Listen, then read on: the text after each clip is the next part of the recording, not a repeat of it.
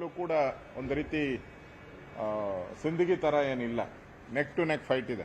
ಪ್ರಾರಂಭದಿಂದನೂ ಕೂಡ ಮೂರನೇ ಎಣಿಕೆ ಸಂದರ್ಭದಲ್ಲಿ ಬಿಜೆಪಿ ಕೂಡ ಲೀಡ್ ಬಂದಿತ್ತು. ಆ ಸಂದರ್ಭದಲ್ಲಿ ಈಗ ಕಾಂಗ್ರೆಸ್ಸು ಕೂಡ 3,000 ಲೀಡ್ ಇದೆ.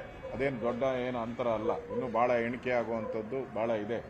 ಆ ದೃಷ್ಟಿಯಿಂದ ಅಲ್ಲೂ ಕೂಡ ಕಮಲ ಅರಳುತ್ತೈತೆ ಅನ್ನೋ ವಿಶ್ವಾಸ ಇದೆ. ಈಗಾಗಲೇ ನಮಗಿರುವಂಥ ಮಾಹಿತಿ ಪ್ರಕಾರ ಹಳ್ಳಿಗಳಲ್ಲಿ, ಗ್ರಾಮಾಂತರ ಪ್ರದೇಶದಲ್ಲಿ ನಮಗೆ ಲೀಡ್ ಬರೋವಂಥ ಒಂದು ಸನ್ನಿವೇಶ ಇರೋದ್ರಿಂದ ಅಲ್ಲೂ ಕೂಡ ಕಮಲ ಅರಳ್ತೈತೆ ಅನ್ನೋ ವಿಶ್ವಾಸ ಇದೆ. ಸೊ ಕಾದು ನೋಡ್ತೀರಿ, ಇನ್ನೂ ಸಮಯ ಇದೆ, ಕಾದು ನೋಡ್ತೀರಿ. ಸಿಂದಗಿ ಅಂತೂ ಗೆದ್ದಿದ್ದೀರಿ. ಹಾನಗಲ್ ಕೂದಲೆಳೆ ಅಂತರದಲ್ಲಿ ಬಿಜೆಪಿ ಗೆಲುವನ್ನು ಸಾಧಿಸ್ತತೆ ಅನ್ನೋ ವಿಶ್ವಾಸ ನನಗಿದೆ. ಇಲ್ಲ, ಆ ಥರದ್ದು ಏನು ಓಟ್ ತಗೊಂಡಿರೋ ಅಂಥದ್ದು ಏನಿಲ್ಲ ಅಂತ ನಾವು ತಿಳ್ಕೊಂಡಿದ್ರು. ಒಂದು 10-15 ಸಾವಿರ ಓಟ್ ತೊಗೊತಾರೆ ಅಂತ. ಆ ಥರದ ಅಂತರ ಏನು ಕಾಣಿಸ್ತಾ ಇಲ್ಲ. ಸೊ ನೋಡೋಣ, ಇನ್ನು ಫೈನಲ್ ಟ್ಯಾಲಿ ಬಂದಾಗ ಪಕ್ಷಗಳ ಬಲ ಗೊತ್ತಾಗ್ತೈತೆ. ಇದೇನು ಸರ್ಕಾರದ ಹೊಸದಾಗಿ ಮುಖ್ಯಮಂತ್ರಿಗಳಾಗಿರುವಂಥ ಬೊಮ್ಮಾಯಿಯವರಿಗೇನು ಇದೇನಲ್ಲ, ಪರೀಕ್ಷೆ ಏನಲ್ಲ ಇದು. ಆದರೆ ಇದನ್ನು ಕೂಡ ರಿಸಲ್ಟು ಕೂಡ ನಮಗೆ ಎರಡೂ ಗೆದ್ದರೆ ನಮಗೆ ಒಂದು ಸರ್ಕಾರಕ್ಕೂ ಕೂಡ ಒಂದು ಬೂಸ್ಟ್ ಬಂದಂಗೆ ಆಗ್ತೈತೆ, ಹೆಚ್ಚಿನ ಬಲ ಬಂದಂಗೆ ಆಗ್ತೈತೆ, ಹೆಚ್ಚಿನ ಕೆಲಸ ಮಾಡೋಕ್ಕೆ ಹುರುಪನ್ನು ಕೊಡ್ತೈತೆ ಅಷ್ಟೇ. ಇಲ್ಲ, ಆ ಥರ ಏನಿಲ್ಲ. ಅವರು ಹಾನಗಲ್ ಕ್ಷೇತ್ರದಲ್ಲಿ ಉದಾಸಿಯವರು ಕಳೆದ 2 ವರ್ಷದಲ್ಲಿ ಭಾಳ ಅನಾರೋಗ್ಯ ಇದ್ದಿದ್ದರಿಂದ ಅವರು ಕಾನ್ಸ್ಟಿಟ್ಯೂನ್ಸಿ ಕಡೆ ಅಷ್ಟು ಗಮನ ಕೊಡೋಕ್ಕಾಗಿಲ್ಲ ಅಂತ ಹೇಳ್ತಾ ಇದ್ದಾರೆ. ಆದರೂ ಕೂಡ ಅಲ್ಲಿ ನಮ್ಮ ಕಾರ್ಯಕರ್ತರು, ನಮ್ಮ ಬಿಜೆಪಿ ಪಕ್ಷ ಅಲ್ಲಿ ನಿರಂತರವಾಗಿ ಕೆಲಸ ಮಾಡ್ತಾ ಇತ್ತು. ನೋಡೋಣ, ಅಲ್ಟಿಮೇಟಾಗಿ ಇನ್ನೂ ಭಾಳ ಎಣಿಕೆ ಇದೆ, ಗೆಲ್ತೀರಿ ಅನ್ನೋ ವಿಶ್ವಾಸ ನನಗಂತೂ ಇದೆ.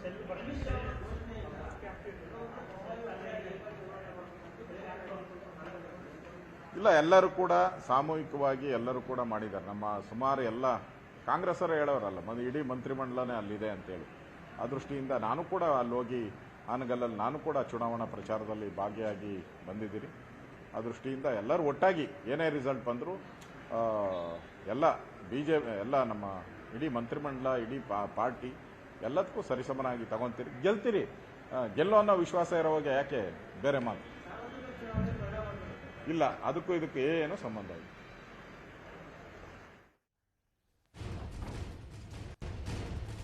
ಸಾರ್ ಅಶೋಕ್ ಅವರು ಕಂದಾಯ ಸಚಿವರು ಸಿಂದಗಿ ಕ್ಷೇತ್ರದಲ್ಲಿ ಗೆದ್ದಂತ ವಿಚಾರಕ್ಕೆ ಸಂಬಂಧಪಟ್ಟಂತೆ ಸಂತಸವನ್ನು ವ್ಯಕ್ತಪಡಿಸ್ತಾ ಇದ್ರು. ಇನ್ನ ಹಾನಗಲ್ ಕ್ಷೇತ್ರದಲ್ಲಿ ಇನ್ನೂ ಕೂಡ ಫೈಟ್ ನಡೀತಾ ಇದೆ, ವಿಶ್ವಾಸ ಇದೆ ಅನ್ನುವಂಥ ಮಾತುಗಳನ್ನು ಆಡ್ತಾ ಇದ್ರು.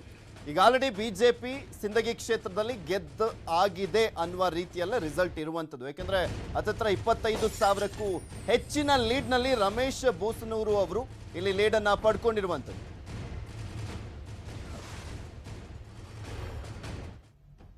ನಾವು ಉಪಚುನಾವಣೆಯಲ್ಲಿ ಫಲಿತಾಂಶ ಬರ್ತಾ ಇರುವಂತ ವಿಚಾರಕ್ಕೆ ಸಂಬಂಧಪಟ್ಟಂತೆ ಮುಖ್ಯಮಂತ್ರಿಗಳು ಕೂಡ ರಿಯಾಕ್ಷನ್ ಅನ್ನ ಕೊಟ್ಟಿದ್ದಾರೆ. ಅವ್ರು ಏನ್ ಮಾತನಾಡಿದ ನೋಡೋಣ. ಎರಡೂ ಕ್ಷೇತ್ರದಲ್ಲಿ ಗೆಲ್ಲುವಂಥ ವಿಶ್ವಾಸ ನಮಗಿತ್ತು, ಇದೆ. ಸಿಂದಗಿಯಲ್ಲಿ ನಾವು ದೊಡ್ಡ ಮಾರ್ಜಿನ್ನಲ್ಲಿರೋದ್ರಿಂದ ಅಲ್ಲಿ ಗೆಲುವು ಸಾಧನೆ ಆಗ್ತದೆ. ಇಲ್ಲಿ ಅವರ ಲೀಡ್ ಭಾಳ ಅಲ್ಪ ಇದೆ, ಇನ್ನೂ ಅರ್ಧಕ್ಕಿಂತ ಹೆಚ್ಚು ಮತಗಳ ಎಣಿಕೆ ಆಗಬೇಕು. ಹೀಗಾಗಿ ನಮ್ಗೆ ವಿಶ್ವಾಸ ಇದೆ, ನಮಗೆ ಅಂತಿಮವಾಗಿ ನಮ್ಗೆ ಗೆಲುವಾಗುತ್ತೆ.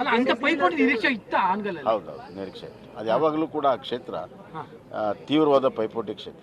ಟಿಕೆಟ್ ಕೊಡೋ ವಿಚಾರದಲ್ಲಿ ಲೆಕ್ಕ ತಪ್ಪುದು ಅಂತ, ಯಾಕಂದ್ರೆ ಉದಾಸಿ ಅವ್ರ ಮನೆಯವರಿಗೆ ಕೊಡ್ಲಿಲ್ಲ. ಇಲ್ಲ, ನಾನು ಆ ಥರ ಏನು ನೋಡೋದಿಲ್ಲ, ಆ ಥರ ಎಲ್ಲ ಏನು ನೋಡೋದು. ಅದು ಯಾವಾಗಲೂ ಕೂಡ ಭಾಳ ತೀವ್ರವಾದ ಪೈಪೋಟಿ ಇರುವಂಥ ಕ್ಷೇತ್ರ. ಆ ಥರ ಏನಿಲ್ಲರಿ. ಈಗ ಹಲವಾರು ಚುನಾವಣೆ ಇದೆ. ನಿಮ್ಮೆ ನಂಜನಗೂಡು ಮತ್ತು ಗುಂಡ್ಲುಪೇಟೆ ಎಲ್ಲಿದಾನಪ್ಪ ಹಾಂ ಹಿನ್ನಡೆ ಆಗಿತ್ತು. ನೆಕ್ಸ್ಟ್ ಜನರಲ್ ಎಲೆಕ್ಷನ್ನಲ್ಲಿ 2 ನಾವು ಗೆದ್ವಿ. ಹೀಗೆ ಹಲವಾರು ಪ್ರಸಂಗಗಳಲ್ಲಿ ಈ ಬೈ ಎಲೆಕ್ಷನ್ಗೆ ತಮ್ಮದೇ ಆದಂಥ ಕಾರಣಗಳಿರ್ತವೆ. ಅದನ್ನ ಕಾದು ನೋಡೋಣ. ಇನ್ನು ಅರ್ಧಕ್ಕಿಂತ ಹೆಚ್ಚು ಮತಗಳು ಇದಾಗಿದೆ, ಅಂತಿಮ ಜಯ ಆಗುವಂಥ ವಿಶ್ವಾಸ. ಎರಡು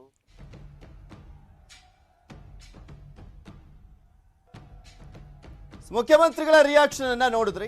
ಈಗ ಚರ್ಚೆಯನ್ನ ಆರಂಭ ಮಾಡೋಣ. ಯಾಕೆಂದ್ರೆ ಒಂದು ಕಡೆ ಸೋಲು, ಇನ್ನು ಒಂದು ಕಡೆ ಗೆಲುವು. ಕಾಂಗ್ರೆಸ್ ಮತ್ತೆ ಬಿಜೆಪಿಗೆ ಎರಡಕ್ಕೂ ಕೂಡ ಅದೇ ರೀತಿಯಾದಂತಹ ಸಮಾನವಾದಂತಹ ಫಲಿತಾಂಶ ಬರ್ತಾ ಇರುವಂತದ್ದನ್ನ ಗಮನಿಸ್ತಾ ಇದ್ರಿ. ಮಾತನಾಡ್ತಾ ಹೋಗೋಣ. ನಮ್ಮ ಜೊತೆ ಕಾಂಗ್ರೆಸ್ನ ವಕ್ತಾರರು, ಕಾಂಗ್ರೆಸ್ನ ನಾಯಕರಾಗಿರುವಂತಹ ರಮೇಶ್ ಬಾಬು ಅವರು ಸ್ಟುಡಿಯೋದಲ್ಲಿ ಜಾಯ್ನ್ ಆಗ್ತಾ ಇದ್ದಾರೆ. ಸರ್, ಕಾರ್ಯಕ್ರಮಕ್ಕೆ ಸ್ವಾಗತ. ಹಾಗೆ ಬಿಜೆಪಿ ವಕ್ತಾರರಾಗಿರುವಂತಹ ಮಹೇಶ್ ಅವರು ಕೂಡ ನಮ್ಮ ಜೊತೆ ಸ್ಟುಡಿಯೋದಲ್ಲಿ ಜಾಯ್ನ್ ಆಗ್ತಾ ಇದ್ದಾರೆ. ಸರ್, ಕಾರ್ಯಕ್ರಮಕ್ಕೆ ಸ್ವಾಗತ. ದಿನೇಶ್ ಅಮೀನ್ ಮಟ್ಟು ಸರ್, ಕಳೆದ 3 ಗಂಟೆಯಿಂದಲೂ ಕೂಡ ಸತತವಾಗಿ ಇಲ್ಲಿ ಯಾವ್ಯಾವ ರೀತಿಯಾಗಿ ಮುನ್ನುಡಿ ಆಗ್ಬೋದು ರಾಜಕೀಯದಲ್ಲಿ ಮುಂದಿನ ದಿನಗಳಲ್ಲಿ ಅನ್ನೋದ್ರ ಬಗ್ಗೆ ನಮ್ಮ ಜೊತೆ ಸವಿಸ್ತಾರವಾಗಿ ಚರ್ಚೆಯಲ್ಲಿ ಕಂಟಿನ್ಯೂ ಆಗಿ ಮಾತನಾಡ್ತಾ ಇದ್ದಾರೆ. ಅವ್ರನ್ನೂ ಕೂಡ ಮಾತನಾಡಿಸ್ತಾ ಹೋಗ್ತೀನಿ. ಫಸ್ಟ್ ರಿಯಾಕ್ಷನ್ ತಗೊಳ್ತೀನಿ. ರಮೇಶ್ ಬಾಬು ಸರ್, ಏನು ಹೇಳಿಕ್ ಬಯಸ್ತೀರಾ? ಮೊದಲನೇದಾಗಿ ಈ 2 ಕ್ಷೇತ್ರದ ಮತದಾರರಿಗೆ ಕಾಂಗ್ರೆಸ್ ಪಕ್ಷದ ಪರವಾಗಿ ಅಭಿನಂದನೆಗಳು ಹೇಳ್ತೇನೆ. ಯಾಕೆಂದರೆ ಭಾಳ ಸ್ಪಷ್ಟವಾಗಿ BJP ಬಿ ಟೀಮ್ನ ತಿರಸ್ಕಾರ ಮಾಡಿದ್ದಾರೆ, ಠೇವಣಿಯನ್ನು ಕಳೆದು. ಅಂದರೆ ಇದು ಬರುವಂಥ 2023ರ ಚುನಾವಣೆಗೆ ಇದು ಸಂದೇಶವನ್ನು ಕೊಟ್ಟಿದ್ದಾರೆ. ಅಷ್ಟರ ಮಟ್ಟಿಗೆ ನಾನು ಮತದಾರರಿಗೆ ಅಭಿನಂದನೆಗಳು ಹೇಳ್ತೀನಿ. ಯಾಕೆಂದರೆ BJP ಯಾವಾಗಲೂ ಬಿ ಟೀಮ್ ಇಟ್ಕೊಂಡೇ ಆಟ ಆಡೋ ಕೊಟ್ಟಿದ್ರು ಕರ್ನಾಟಕದಲ್ಲಿ. ಹಾಗಾಗಿ ಇವತ್ತು ಭಾಳ ಸ್ಪಷ್ಟವಾದಂಥ ಸಂದೇಶವನ್ನು ಕೊಟ್ಟಿದ್ದಾರೆ. ಮತ್ತು ಹಾನಗಲ್ಗೆ ಸಂಬಂಧಪಟ್ಟಂತೆ ಸಿಂದಗಿನಲ್ಲಿ ನಾನು ಈಗಾಗಲೇ ಭಾಳ ಸ್ಪಷ್ಟವಾದಂಥ ಅಭಿಪ್ರಾಯ ನಾಟ್ ಎಕ್ಸ್ಪೆಕ್ಟೆಡ್. ಅಲ್ಲಿ ನಮ್ಮ ಒಂದು ನಿರೀಕ್ಷೆ ಇತ್ತು. ಮನಗೋಳಿರವರು ಕೊಟ್ಟಿರ್ತಕ್ಕಂಥ ಕಾರ್ಯಕ್ರಮ, ಕಾಂಗ್ರೆಸ್ ಪಕ್ಷದ ಕಾರ್ಯಕ್ರಮಗಳು, ಇದರ ಮೇಲೆ ಆ ಕ್ಷೇತ್ರವನ್ನು ಕಾಂಗ್ರೆಸ್ ತೆಕ್ಕೆಗೆ ತಗೋತೀವಿ ಅನ್ನೋ ಒಂದು ವಿಶ್ವಾಸ ಇತ್ತು. ಕಳೆದ ಚುನಾವಣೆಯಲ್ಲಿ ನಾವು ಅಲ್ಲಿ 3ನೇ ಸ್ಥಾನದಲ್ಲಿದ್ವು. ಇವತ್ತು ಮತ್ತೆ ಕಾಂಗ್ರೆಸ್ಗಳಿಗೆ 2ನೇ ಸ್ಥಾನ ಇದೆ. ನನಗೆ ವಿಶ್ವಾಸ ಇದೆ ಸಿಂದಗಿ ಮತಕ್ಷೇತ್ರದಲ್ಲಿ 2023ಕ್ಕೆ ಮತ್ತೆ ಆ ಜನ ಕಾಂಗ್ರೆಸ್ಗೆ ಬಂದಿದ್ದೇ ಒಂದು ರೀತಿಯಾದಂಥ ಗೆಲುವು ಅಂತ ಹೇಳ್ತಾ ಇದ್ದಾರೆ ನೀವು. 100%. ಯಾಕೆಂದರೆ ನಾವು ಒಂದು 22-23 ಸಾವಿರ ಮತಕ್ಕೆ ಸೀಮಿತವಾಗಿದ್ದು ಕಳೆದ ಚುನಾವಣೆಯಲ್ಲಿ. ಈ ಸಲ BJP ಬಿ ಟೀಮು ವಿಶೇಷವಾಗಿ ಅವ್ರು ಟಾರ್ಗೆಟ್ ಇದ್ದಿದ್ದು ನಾವು ಗೆಲ್ದಿರೋ ಪರವಾಗಿಲ್ಲ, ಕಾಂಗ್ರೆಸ್ ಮುಗಿಸ್ಬೇಕು ಅನ್ನೋದು ಅವ್ರ ಅಭಿಲಾಷೆ ಇತ್ತು. ಮತ್ತು ನಾವೇ ಗೆಲ್ತೀವಿ ಅನ್ನೋ ರೀತಿಯಲ್ಲಿ ವ್ಯವಸ್ಥಿತವಾಗಿ ಪ್ರಚಾರ ಮಾಡೋದು. ಬಟ್ ಜನ ಇವತ್ತು ನಮಗೆಲ್ಲೋ ಒಂದು ಕಡೆ ಅಲ್ಲಿ ಸೋಲನ್ನು ಕೊಟ್ಟಿದ್ದಾರೆ. ಆದರೂ ಸಹ ಸೋಲನ್ನು ಕಾಂಗ್ರೆಸ್ ಪಕ್ಷ ಯಾವತ್ತೂ ಸಹ ಸವಾಲಾಗಿ ಸ್ವೀಕಾರ ಮಾಡುತ್ತೆ. ಅಲ್ಲಿರ್ತಕ್ಕಂಥ ತಪ್ಪುಗಳನ್ನ ಸರಿಪಡಿಸ್ಕೊಂಡು 2023ರ ಚುನಾವಣೆಯಲ್ಲಿ ಸಿಂದಗಿ ಕ್ಷೇತ್ರದಲ್ಲಿ ಮತ್ತೆ ಕಾಂಗ್ರೆಸ್ ಪಕ್ಷದ ಧ್ವಜವನ್ನು ಹಾರಿಸುವಂಥ ಪ್ರಯತ್ನವನ್ನು ಮಾಡ್ತೇವೆ. ಕಾರಣ ಇಷ್ಟೇ, ಇಂದಿನ ನೀವು ಚುನಾವಣೆ ನೋಡಿದಾಗ ಸಿಂಧಿ ಮತಕ್ಷೇತ್ರದಲ್ಲಿ ಕಳೆದ 5 ಚುನಾವಣೆಯಿಂದ ಹೊರತುಪಡಿಸಿದ್ರೆ ಹಿಂದೆ ಬಹಳಷ್ಟು ಸಲ ಕಾಂಗ್ರೆಸ್ ಪಕ್ಷನೇ ಗೆದ್ದಿರ್ತಕ್ಕಂಥ ಇತಿಹಾಸ ಇದೆ. ಕಾಂಗ್ರೆಸ್ನ ಭದ್ರಕೋಟೆ 9 ಬಾರಿ ಗೆದ್ದಿದ್ದು ಕಾಂಗ್ರೆಸ್ ಅಲ್ಲಿ. ನಾಟ್ ಓನ್ಲಿ ಸಿಂದಗಿ, ಬಿಜೆಪಿ ಗೆದ್ದಿದೆ, 2 ಸಲ ಜೆಡಿಎಸ್. ನಾಟ್ ಓನ್ಲಿ ಸಿಂದಗಿ, ಇಡೀ ಬಿಜಾಪುರ ಜಿಲ್ಲೆನಲ್ಲಿ ಕಾಂಗ್ರೆಸ್ ಪಕ್ಷವನ್ನು ಪ್ರತಿಷ್ಠಾಪನೆ ಮಾಡುವಂಥ ಪ್ರಯತ್ನವನ್ನು 2023 ಖಂಡಿತ ಮಾಡ್ತೀವಿ. ಬಿಜೆಪಿ ವಿಚಾರಕ್ಕೆ ಸಂಬಂಧಪಟ್ಟಂತೆ ನೋಡೋದಾದ್ರೆ ಈ ರಿಸಲ್ಟ್ ಅನ್ನ ಯಾವ ರೀತಿಯಾಗಿ ಹೇಳ್ಬೋದು ಅಂತ ಅನ್ಸುತ್ತೆ. ಸಿಂದಗಿಯಲ್ಲಿ ಭರ್ಜರಿ ಗೆಲುವನ್ನ ಸಾಧಿಸ್ತಾ ಇದ್ದಾರೆ, ಆದ್ರೆ ಗೆಲುವನ್ನ ಸಾಧಿಸಲೇಬೇಕಾಗಿದ್ದಂತ ಕ್ಷೇತ್ರದಲ್ಲಿ ದೊಡ್ಡ ಮಟ್ಟದಲ್ಲಿ ಹಿನ್ನಡೆ. ಅದು ಅಲ್ಲ, ಹಿನ್ನಡೆ ಅನ್ನೋದನ್ನು ಸದ್ಯದ ಪರಿಸ್ಥಿತಿಯಲ್ಲಿ ನಾನು ಒಪ್ಕೊಳ್ತೀನಿ, ಇಲ್ಲ ಅಂತ ಹೇಳ್ತಿಲ್ಲ. ಆದರೂ ಇನ್ನೂ ಬಹು ದೂರ ನಾವು ಮತ ಎಣಿಕೆ ಬಾಕಿ ಇದೆ. ಸ್ನೇಹಿತರು ರಮೇಶ್ ಅವರು ಮಾತಾಡ್ತಾ ಇದ್ದಾಗೆ BJP ಬಿ ಟೀಮ್ ಅಂತ ಉಲ್ಲೇಖ ಮಾಡಿದ್ರು. ಗೊತ್ತಿಲ್ಲ, ಈ ಇಂಡಿಯನ್ ನ್ಯಾಷನಲ್ ಕಾಂಗ್ರೆಸ್ ಅನ್ನೋದಕ್ಕಿಂತ ಇಂಡಿಯನ್ ಕನ್ಫ್ಯೂಷನ್ ಪಾರ್ಟಿ ಏನಾಗಿದೆ ಇವತ್ತು, ಅವರೇ ಅವ್ರ ಜೊತೆ ಕೂಡಾವಳಿ ಮಾಡ್ಕೊಂಡಂಥದ್ದು, ಅವರೇ ಅವ್ರ ಜೊತೆ ಸಂಬಂಧ ಇಟ್ಕೊಂಡಂಥದ್ದು. ನಮಗೆ ಆ ಥರ ಏನು, ನಾವು ಯಾವುದೇ ಒಂದು ಪೊಲಿಟಿಕಲ್ ಪಾರ್ಟಿನ ಬಿ ಟೀಮು ಎ ಟೀಮ್ ಅಂತ ಅನ್ಕೊಳ್ಳಲ್ಲ. We consider as a political party. ಒಂದು ಅಂಶ. ಎರಡನೇದು, ಸಿಂದಗಿ ಒಳಗಡೆ ನಮ್ಮ ಏನು ಗೆಲುವಾಗಿದೆ ಒಂದು, ಮತ್ತು ಇವತ್ತಿನ ಏನು ತಾವೇನು ಉಲ್ಲೇಖ ಮಾಡ್ತಾ ಇದ್ದೀರಿ ಹಾನಗಲ್ಲಿನ ಚುನಾವಣೆ, ಒಟ್ಟು ಇದರ ಎಲ್ಲದಕ್ಕಿಂತ ನಾವು ನೋಡಬೇಕಾಗಿರೋ ಒಂದು ಅಂಶ, ಒಂದು BJP ಒಂದು ಪೊಲಿಟಿಕಲ್ ಪಾರ್ಟಿಯಾಗಿ ಒಂದು ಹೊಸ ಪ್ರಯತ್ನವನ್ನು ಈ ದೇಶದಲ್ಲಿ ನಾವು ಮಾಡಿದ್ದೀವಿ. ಈ ಬಾರಿ ಪ್ರತಿಯೊಂದು ಈ ಥರ ಬೈ ಎಲೆಕ್ಷನ್ ಒಳಗಡೆ ಈ ಥರ ಯಾರೆಲ್ಲ ಕಾಲವಾಗಿರ್ತಾರೆ ಆ ಕುಟುಂಬಕ್ಕೆ ಜೋತ್ ಬೀಳುವಂಥದ್ದು ಎಲ್ಲ ಪೊಲಿಟಿಕಲ್ ಪಾರ್ಟಿ ತನ್ನ ಪ್ರಯತ್ನ. ಈ ಬೈ ಎಲೆಕ್ಷನ್ ಇಂದ ಈ ಬೈ ಎಲೆಕ್ಷನ್ ಇಂದ ಎಲ್ಲ ಪೊಲಿಟಿಕಲ್ ಪಾರ್ಟಿ ಏನ್ ಮಾಡಿದೆ, ಅದೊಂದು ಪದ್ಧತಿ ಅಥವಾ ಒಂದು ಪರಂಪರೆ ಅನ್ನೋದು ಮಾಡ್ಕೊಂಡ್ ಬಂದ್ಬಿಟ್ಟಿದ್ದಾರೆ. ಯಾರಾಗ್ಲಿ ಅದು ನಾನು ಹೇಳ್ತಿರೋದು, ಕುಟುಂಬದವರಿಗೆ ಮನೆ ಅವ್ರ ಕುಟುಂಬದವ್ರು ಕೊಡೋ ಅಂಥದ್ದು. ನೀವು ಸುರೇಶ್ ಅಂಗಡಿ ಅವರ ಅದನ್ನೇ ಹೇಳಕೊಟ್ಟದ್ದು. ಇಡೀ ದೇಶದಲ್ಲಿ ಇವತ್ತು 31 ಅಸೆಂಬ್ಲಿ ಚುನಾವಣೆ ಈ ತರ ಬೈ ಎಲೆಕ್ಷನ್ ನಡೀತಿದೆ, 2 ಪಾರ್ಲಿಮೆಂಟ್ ಎಲೆಕ್ಷನ್ ನಡೀತಿದೆ. ಮೊದಲನೇ ಬಾರಿ BJP ಇದರಿಂದ ಒಂದು ಹೊಸ ಒಂದು ಇದು ನೆರೇಟಿವ್ ಅನ್ನ ಫಿಕ್ಸ್ ಮಾಡಬೇಕು ಅಂತೇಳಿ ಇಡೀ ದೇಶದಲ್ಲಿ ನಾವು ಇದಕ್ಕೆ ಅವಕಾಶನೇ ಕೊಡಲಿಲ್ಲ. ಅದ್ರ ಕಾರಣ ಹಾನಗಲ್ಲು ಕೂಡ ಇರ್ಬೋದು. ಹಾನಗಲ್ಲು ಕೂಡ ನಾವು ಯಾವುದೇ ಕಾರಣಕ್ಕೆ ಕುಟುಂಬದವ್ರಿಗೆ ಕೊಡಬಾರ್ದು ಅಂತೇಳಿ ಮಾಡಿ ನಮ್ಮ ಪಾಲಿಸಿನ ಡಿಸಿಷನ್ ಆದ್ರ ಮೇಲೆ ನಾವು ನಮ್ಮ ಕ್ಯಾಂಡಿಡೇಟನ್ನು ಫಿಕ್ಸ್ ಮಾಡಿರ್ತಕ್ಕಂಥದ್ದು. ನಾನು ಹೇಳಿಕೊಟ್ಟಿರ್ತಕ್ಕಂಥ ಅಂಶ ಏನಂತಂತಂದರೆ, ದೇಶದೊಳಗಡೆ ಏನು ಏನು ಈ ಪರಂಪರಾಗತವಾದಂಥ ಚುನಾವಣಾ ರಾಜಕಾರಣವನ್ನು ಮಾಡ್ಕೊಂಬಂದ್ವಿ. ಈಗ ಒಂದು ಬೈ ಎಲೆಕ್ಷನ್ ಅಂತ ಅಂದ ತಕ್ಷಣ ಇದು ಯಾವುದೇ ಒಂದು ಎಲೆಕ್ಷನ್ಗೆ ಮ್ಯಾಂಡೇಟ್ ಅಲ್ಲ. ಇದು ಮ್ಯಾಂಡೇಟ್ ಇನ್ ದಿ ಸೆನ್ಸ್ ಯಾವುದೋ ಒಂದು ಮುಖ್ಯಮಂತ್ರಿ ಆಗ್ತಾರೋ ಇನ್ನೇ ಆಗ್ತಾರೋ ಈ ಥರದ್ದು ಮ್ಯಾಂಡೇಟ್ ಅಂತಲ್ಲ. ಇದು ಸಹಜವಾಗಿ ನಡೀತಕ್ಕಂಥ ಒಂದು ಚುನಾವಣೆ ಪ್ರಕ್ರಿಯೆ. ಆ ಚುನಾವಣೆ ಪ್ರಕ್ರಿಯೆಯಲ್ಲಿ ಗೊತ್ತಾಯ್ತಾನೆ ಗೆಲುವು ಸೋಲು ಇದ್ದೇ ಇರ್ತದೆ. ನಾನು ಹೇಳ್ತೀನಿ ಕೇಳಿ, ಬಿಜೆಪಿಯ ಏನೆಲ್ಲ ಗೆಲುವಿದೆ ಅದು ಬಿಜೆಪಿಯ ಒಟ್ಟು ಗೆಲುವು. ಒಂದು ವೇಳೆ ಬಿಜೆಪಿಯ ವ್ಯತ್ಯಾಸ ಇರೋದು ಬಿಜೆಪಿಯ ಸೋಲು. ನಾನು ಯಾಕೆ ಇದನ್ನ ಅಂಶ ಹೇಳ್ತಾ ಇದ್ದೀನಿ ಅಂದ್ರೆ, ತಾವು ಪದೇ ಪದೇ ಒಂದ್ ನಿಮಿಷ ಲೆಟ್ ಮಿ ಕಂಪ್ಲೀಟ್. ತಾವು ಪದೇ ಪದೇ ಅದನ್ನು ಸ್ಟ್ರೆಸ್ ಮಾಡ್ತಾ ಇದ್ದೀರಿ, ಆನಗಲ್ಲು ಸನ್ಮಾನ್ಯ ಬೊಮ್ಮಾಯಿನವ್ರದ್ದು ಪ್ರತಿಷ್ಠೆ ಹೀಗೆ ಅಂತೇಳಿ. ನಾವೆಂದೂ ಕೂಡ ವ್ಯಕ್ತಿ ಆಧಾರವಾದಂತ ಚುನಾವಣೆಯನ್ನ ನಾವು ಮಾಡೇ ಇಲ್ಲ. ನಾವು ಅಲ್ಲ ಸರ್, ನಾವ್ ಯಾಕೆ ಇಂಟರ್ವ್ಯೂನ್ ಒಂದ್ ಪಾಯಿಂಟ್ ಹೇಳ್ಬಿಡ್ತೀನಿ. ನೀವು 2 ಕ್ಷೇತ್ರವನ್ನ ಆ ರೀತಿಯಾಗಿ ಮುಖ್ಯಮಂತ್ರಿಗಳು ಕನ್ಸಿಡರ್ ಮಾಡ್ಲಿಲ್ಲ. 8 ದಿನ 27 ಪ್ರಚಾರ ಸಭೆಗಳು ಹಾನಗಲ್ನಲ್ಲಿ, ಒಬ್ರು ಮುಖ್ಯಮಂತ್ರಿ ಒಬ್ರು. ನಮ್ಮ ಪಕ್ಷದ ಒಟ್ಟು ಸಾಂಸ್ಥೀಕರಣ ಅಂದ್ರೆ ನಾನು ಹೇಳ್ತಕ್ಕಂಥದ್ದು ಒಟ್ಟು ಸ್ಟ್ರಕ್ಚರ್ ಆಫ್ ನಮ್ಮ ಪಾರ್ಟಿ ನಾವು ಬೂತ್ ಓರಿಯೆಂಟೇಷನ್ ಮಾಡಿರ್ತಕ್ಕಂಥದ್ದು. ಬೂತ್ ಇಂದ ಇನ್ನೂ ನಾವು ಡೌನ್ಲೋಡ್ ಮಾಡತಕ್ಕಂಥ ಇದ್ದೀವಿ. ಪನ್ನಾ ಪ್ರಮುಖ ಅಂತೇಳಿ ಒಂದು ಪೇಜ್ಗೆ ಒಬ್ಬನ್ ಪ್ರಮುಖ ಮಾಡುವಂತ ದಿಶೆಯಲ್ಲಿ ಇದ್ದಂತ ಸಂದರ್ಭದಲ್ಲಿ ಚುನಾವಣೆಯಲ್ಲಿ ಕೊಡ್ತಾ ಇರ್ತಕ್ಕಂಥ ಜನರ ತೀರ್ಪಿದೆ, ಅದನ್ನ ಸಹರ್ಷವಾಗಿ ಸ್ವೀಕಾರ ಮಾಡ್ತೀವಿ. ಅದ್ರಲ್ಲಿ ಯಾವ ಭೇದನೂ ಇಲ್ಲ, ಯಾವ ಇದು ಇಲ್ಲ. ನಮಗೆ ಮನ್ನಣೆ ಕೊಟ್ಟಾಗ ಎಷ್ಟು ಸಂತೋಷವಾಗಿ ಪಡ್ತೀವೋ, ಜನ ತಿರಸ್ಕಾರ ಮಾಡಿದಾಗ್ಲೂ ಕೂಡ ಅದನ್ನ ಎವ್ಯಾಲ್ಯೂಯೇಟ್ ಮಾಡಬೇಕು. ಗೊತ್ತಾಯ್ತಾನೆ, ಇದನ್ನ ಯಾವುದೋ ಒಬ್ಬ ವ್ಯಕ್ತಿ ಕೇಂದ್ರೀಕೃತವಾದಂತ ಚುನಾವಣೆ ಅಂತ ನಾನಂತೂ ಭಾವಿಸಿಲ್ಲ. ಇದನ್ನ ಬಿಜೆಪಿ ಈ ಚುನಾವಣೆಯಲ್ಲಿ ಪ್ರಮುಖವಾಗಿ ಈಗ ಕಾಂಗ್ರೆಸ್ನವರು ಕೂಡ ಅವ್ರ ಪಕ್ಷದ ವಿಚಾರಕ್ಕೆ ಸಂಬಂಧಪಟ್ಟಂತೆ ನಮ್ಗೊಂದು ರೀತಿಯಾದಂತ ಗೆಲುವು ಅಂತಾರೆ, ಬಿಜೆಪಿ ಅವರು ಕೂಡ ಒಂದು ರೀತಿಯಾದಂತ ಗೆಲುವು ಅಂತ ಹೇಳ್ತಾರೆ. ಯಾವ ರೀತಿಯಾಗಿ ವಿಶ್ಲೇಷಣೆ ಮಾಡ್ಬೋದು? ಇದು ಆಕ್ಚುಲಿ ಈ ಒಂದು ಚುನಾವಣೆ ಈ ಹಿಂದಿನ ಚುನಾವಣೆ ಉಪಚುನಾವಣೆ ತರ ಅಲ್ಲ. ಇದುವರೆಗೂ 19 ಉಪಚುನಾವಣೆ ನಡೆದಿದೆ. ಯಡಿಯೂರಪ್ಪನವ್ರು ಬಂದಾದ್ಮೇಲೆ ಅದರಲ್ಲಿ 15 ಬಿಜೆಪಿ ಗೆದ್ದಿದೆ, 3 ಕಾಂಗ್ರೆಸ್, 1 ಪಕ್ಷೇತರ. ಬಟ್ ಈ ಚುನಾವಣೆ ಕಂಪ್ಲೀಟ್ಲಿ ಡಿಫ್ರೆಂಟ್. ಆ 19ರದ್ದು ಒಂದು ಲೆಕ್ಕ ಆದ್ರೆ ಈ 2 ಚುನಾವಣೆದೇ ಒಂದು ಲೆಕ್ಕ. ಯಾಕೆಂದ್ರೆ ಬದಲಾವಣೆ ಪರ್ವ ಆರಂಭ ಆಗುವಂತ ಮುನ್ಸೂಚನೆ ಕಾಣ್ತಾ ಇರುವಂತ ಸಂದರ್ಭದಲ್ಲಿ ಈ ಚುನಾವಣೆ ನಡೀತಾ ಇರುವಂತದ್ದು. ಯಾವ ರೀತಿಯಾಗಿ ಹೇಳ್ಬೋದು ಇದನ್ನು? ನೋಡಿ, ಸಾಮಾನ್ಯವಾಗಿ ಉಪಚುನಾವಣೆಗಳಲ್ಲಿ ಆಡಳಿತ ಪಕ್ಷಕ್ಕೆ ಒಂದು ಅಡ್ವಾಂಟೇಜ್ ಇದೆ, ಅನುಕೂಲತೆಗಳಿರುತ್ತೆ. ವಿರೋಧ ಪಕ್ಷಗಳಿಗೆ ಭಾಳ ದೊಡ್ಡ ನಿರೀಕ್ಷೆಗಳು ಇರುವುದಿಲ್ಲ. ಅದು ಇದಕ್ಕೂ ಕೂಡ ಅಪ್ಲೈ ಆಗುತ್ತೆ. ಇಲ್ಲಿ ನೀವು ಹೇಳಿದಾಗೆ ಒಂದು ಮುಖ್ಯಮಂತ್ರಿಗಳ ಬದಲಾವಣೆ, ನಾಯಕತ್ವದ ಬದಲಾವಣೆಯ ಕಾಲದಲ್ಲೇ ಇದು ಆಗಿರುವುದರಿಂದ ಮತ್ತು ಅದು ಕಾಕತಾಳೀಯವಾಗಿ ಈಗಿನ ಮುಖ್ಯಮಂತ್ರಿಗಳು ಅದೇ ಜಿಲ್ಲೆಯವರಾಗಿರುವುದರಿಂದ ಒಂದು ರೀತಿಯಲ್ಲಿ ಅದು ಅವರ ಸೋಲು ಗೆಲುವುಗಳನ್ನು ಕೂಡ ಅಂಥ ಒಂದು ಸಂದೇಶವನ್ನು ಈ ಫಲಿತಾಂಶ ಕೊಡುತ್ತೆ ಎನ್ನುವ ಭಾವನೆ ಒಬ್ಬ ಸಾಮಾನ್ಯ ವಿಶ್ಲೇಷಣೆಗೆ ಅದು ಬರುತ್ತೆ. ಆ ಕಾರಣಕ್ಕಾಗಿ ಈಗ ನೋಡಿ, ಈ 2ರಲ್ಲೂ ಕೂಡ ವಿರೋಧ ಪಕ್ಷದವರು ಸೋತರು ಕೂಡ ಅವರು ಕಳೆದುಕೊಳ್ಳುವಂಥದ್ದು ಏನೂ ಇಲ್ಲ.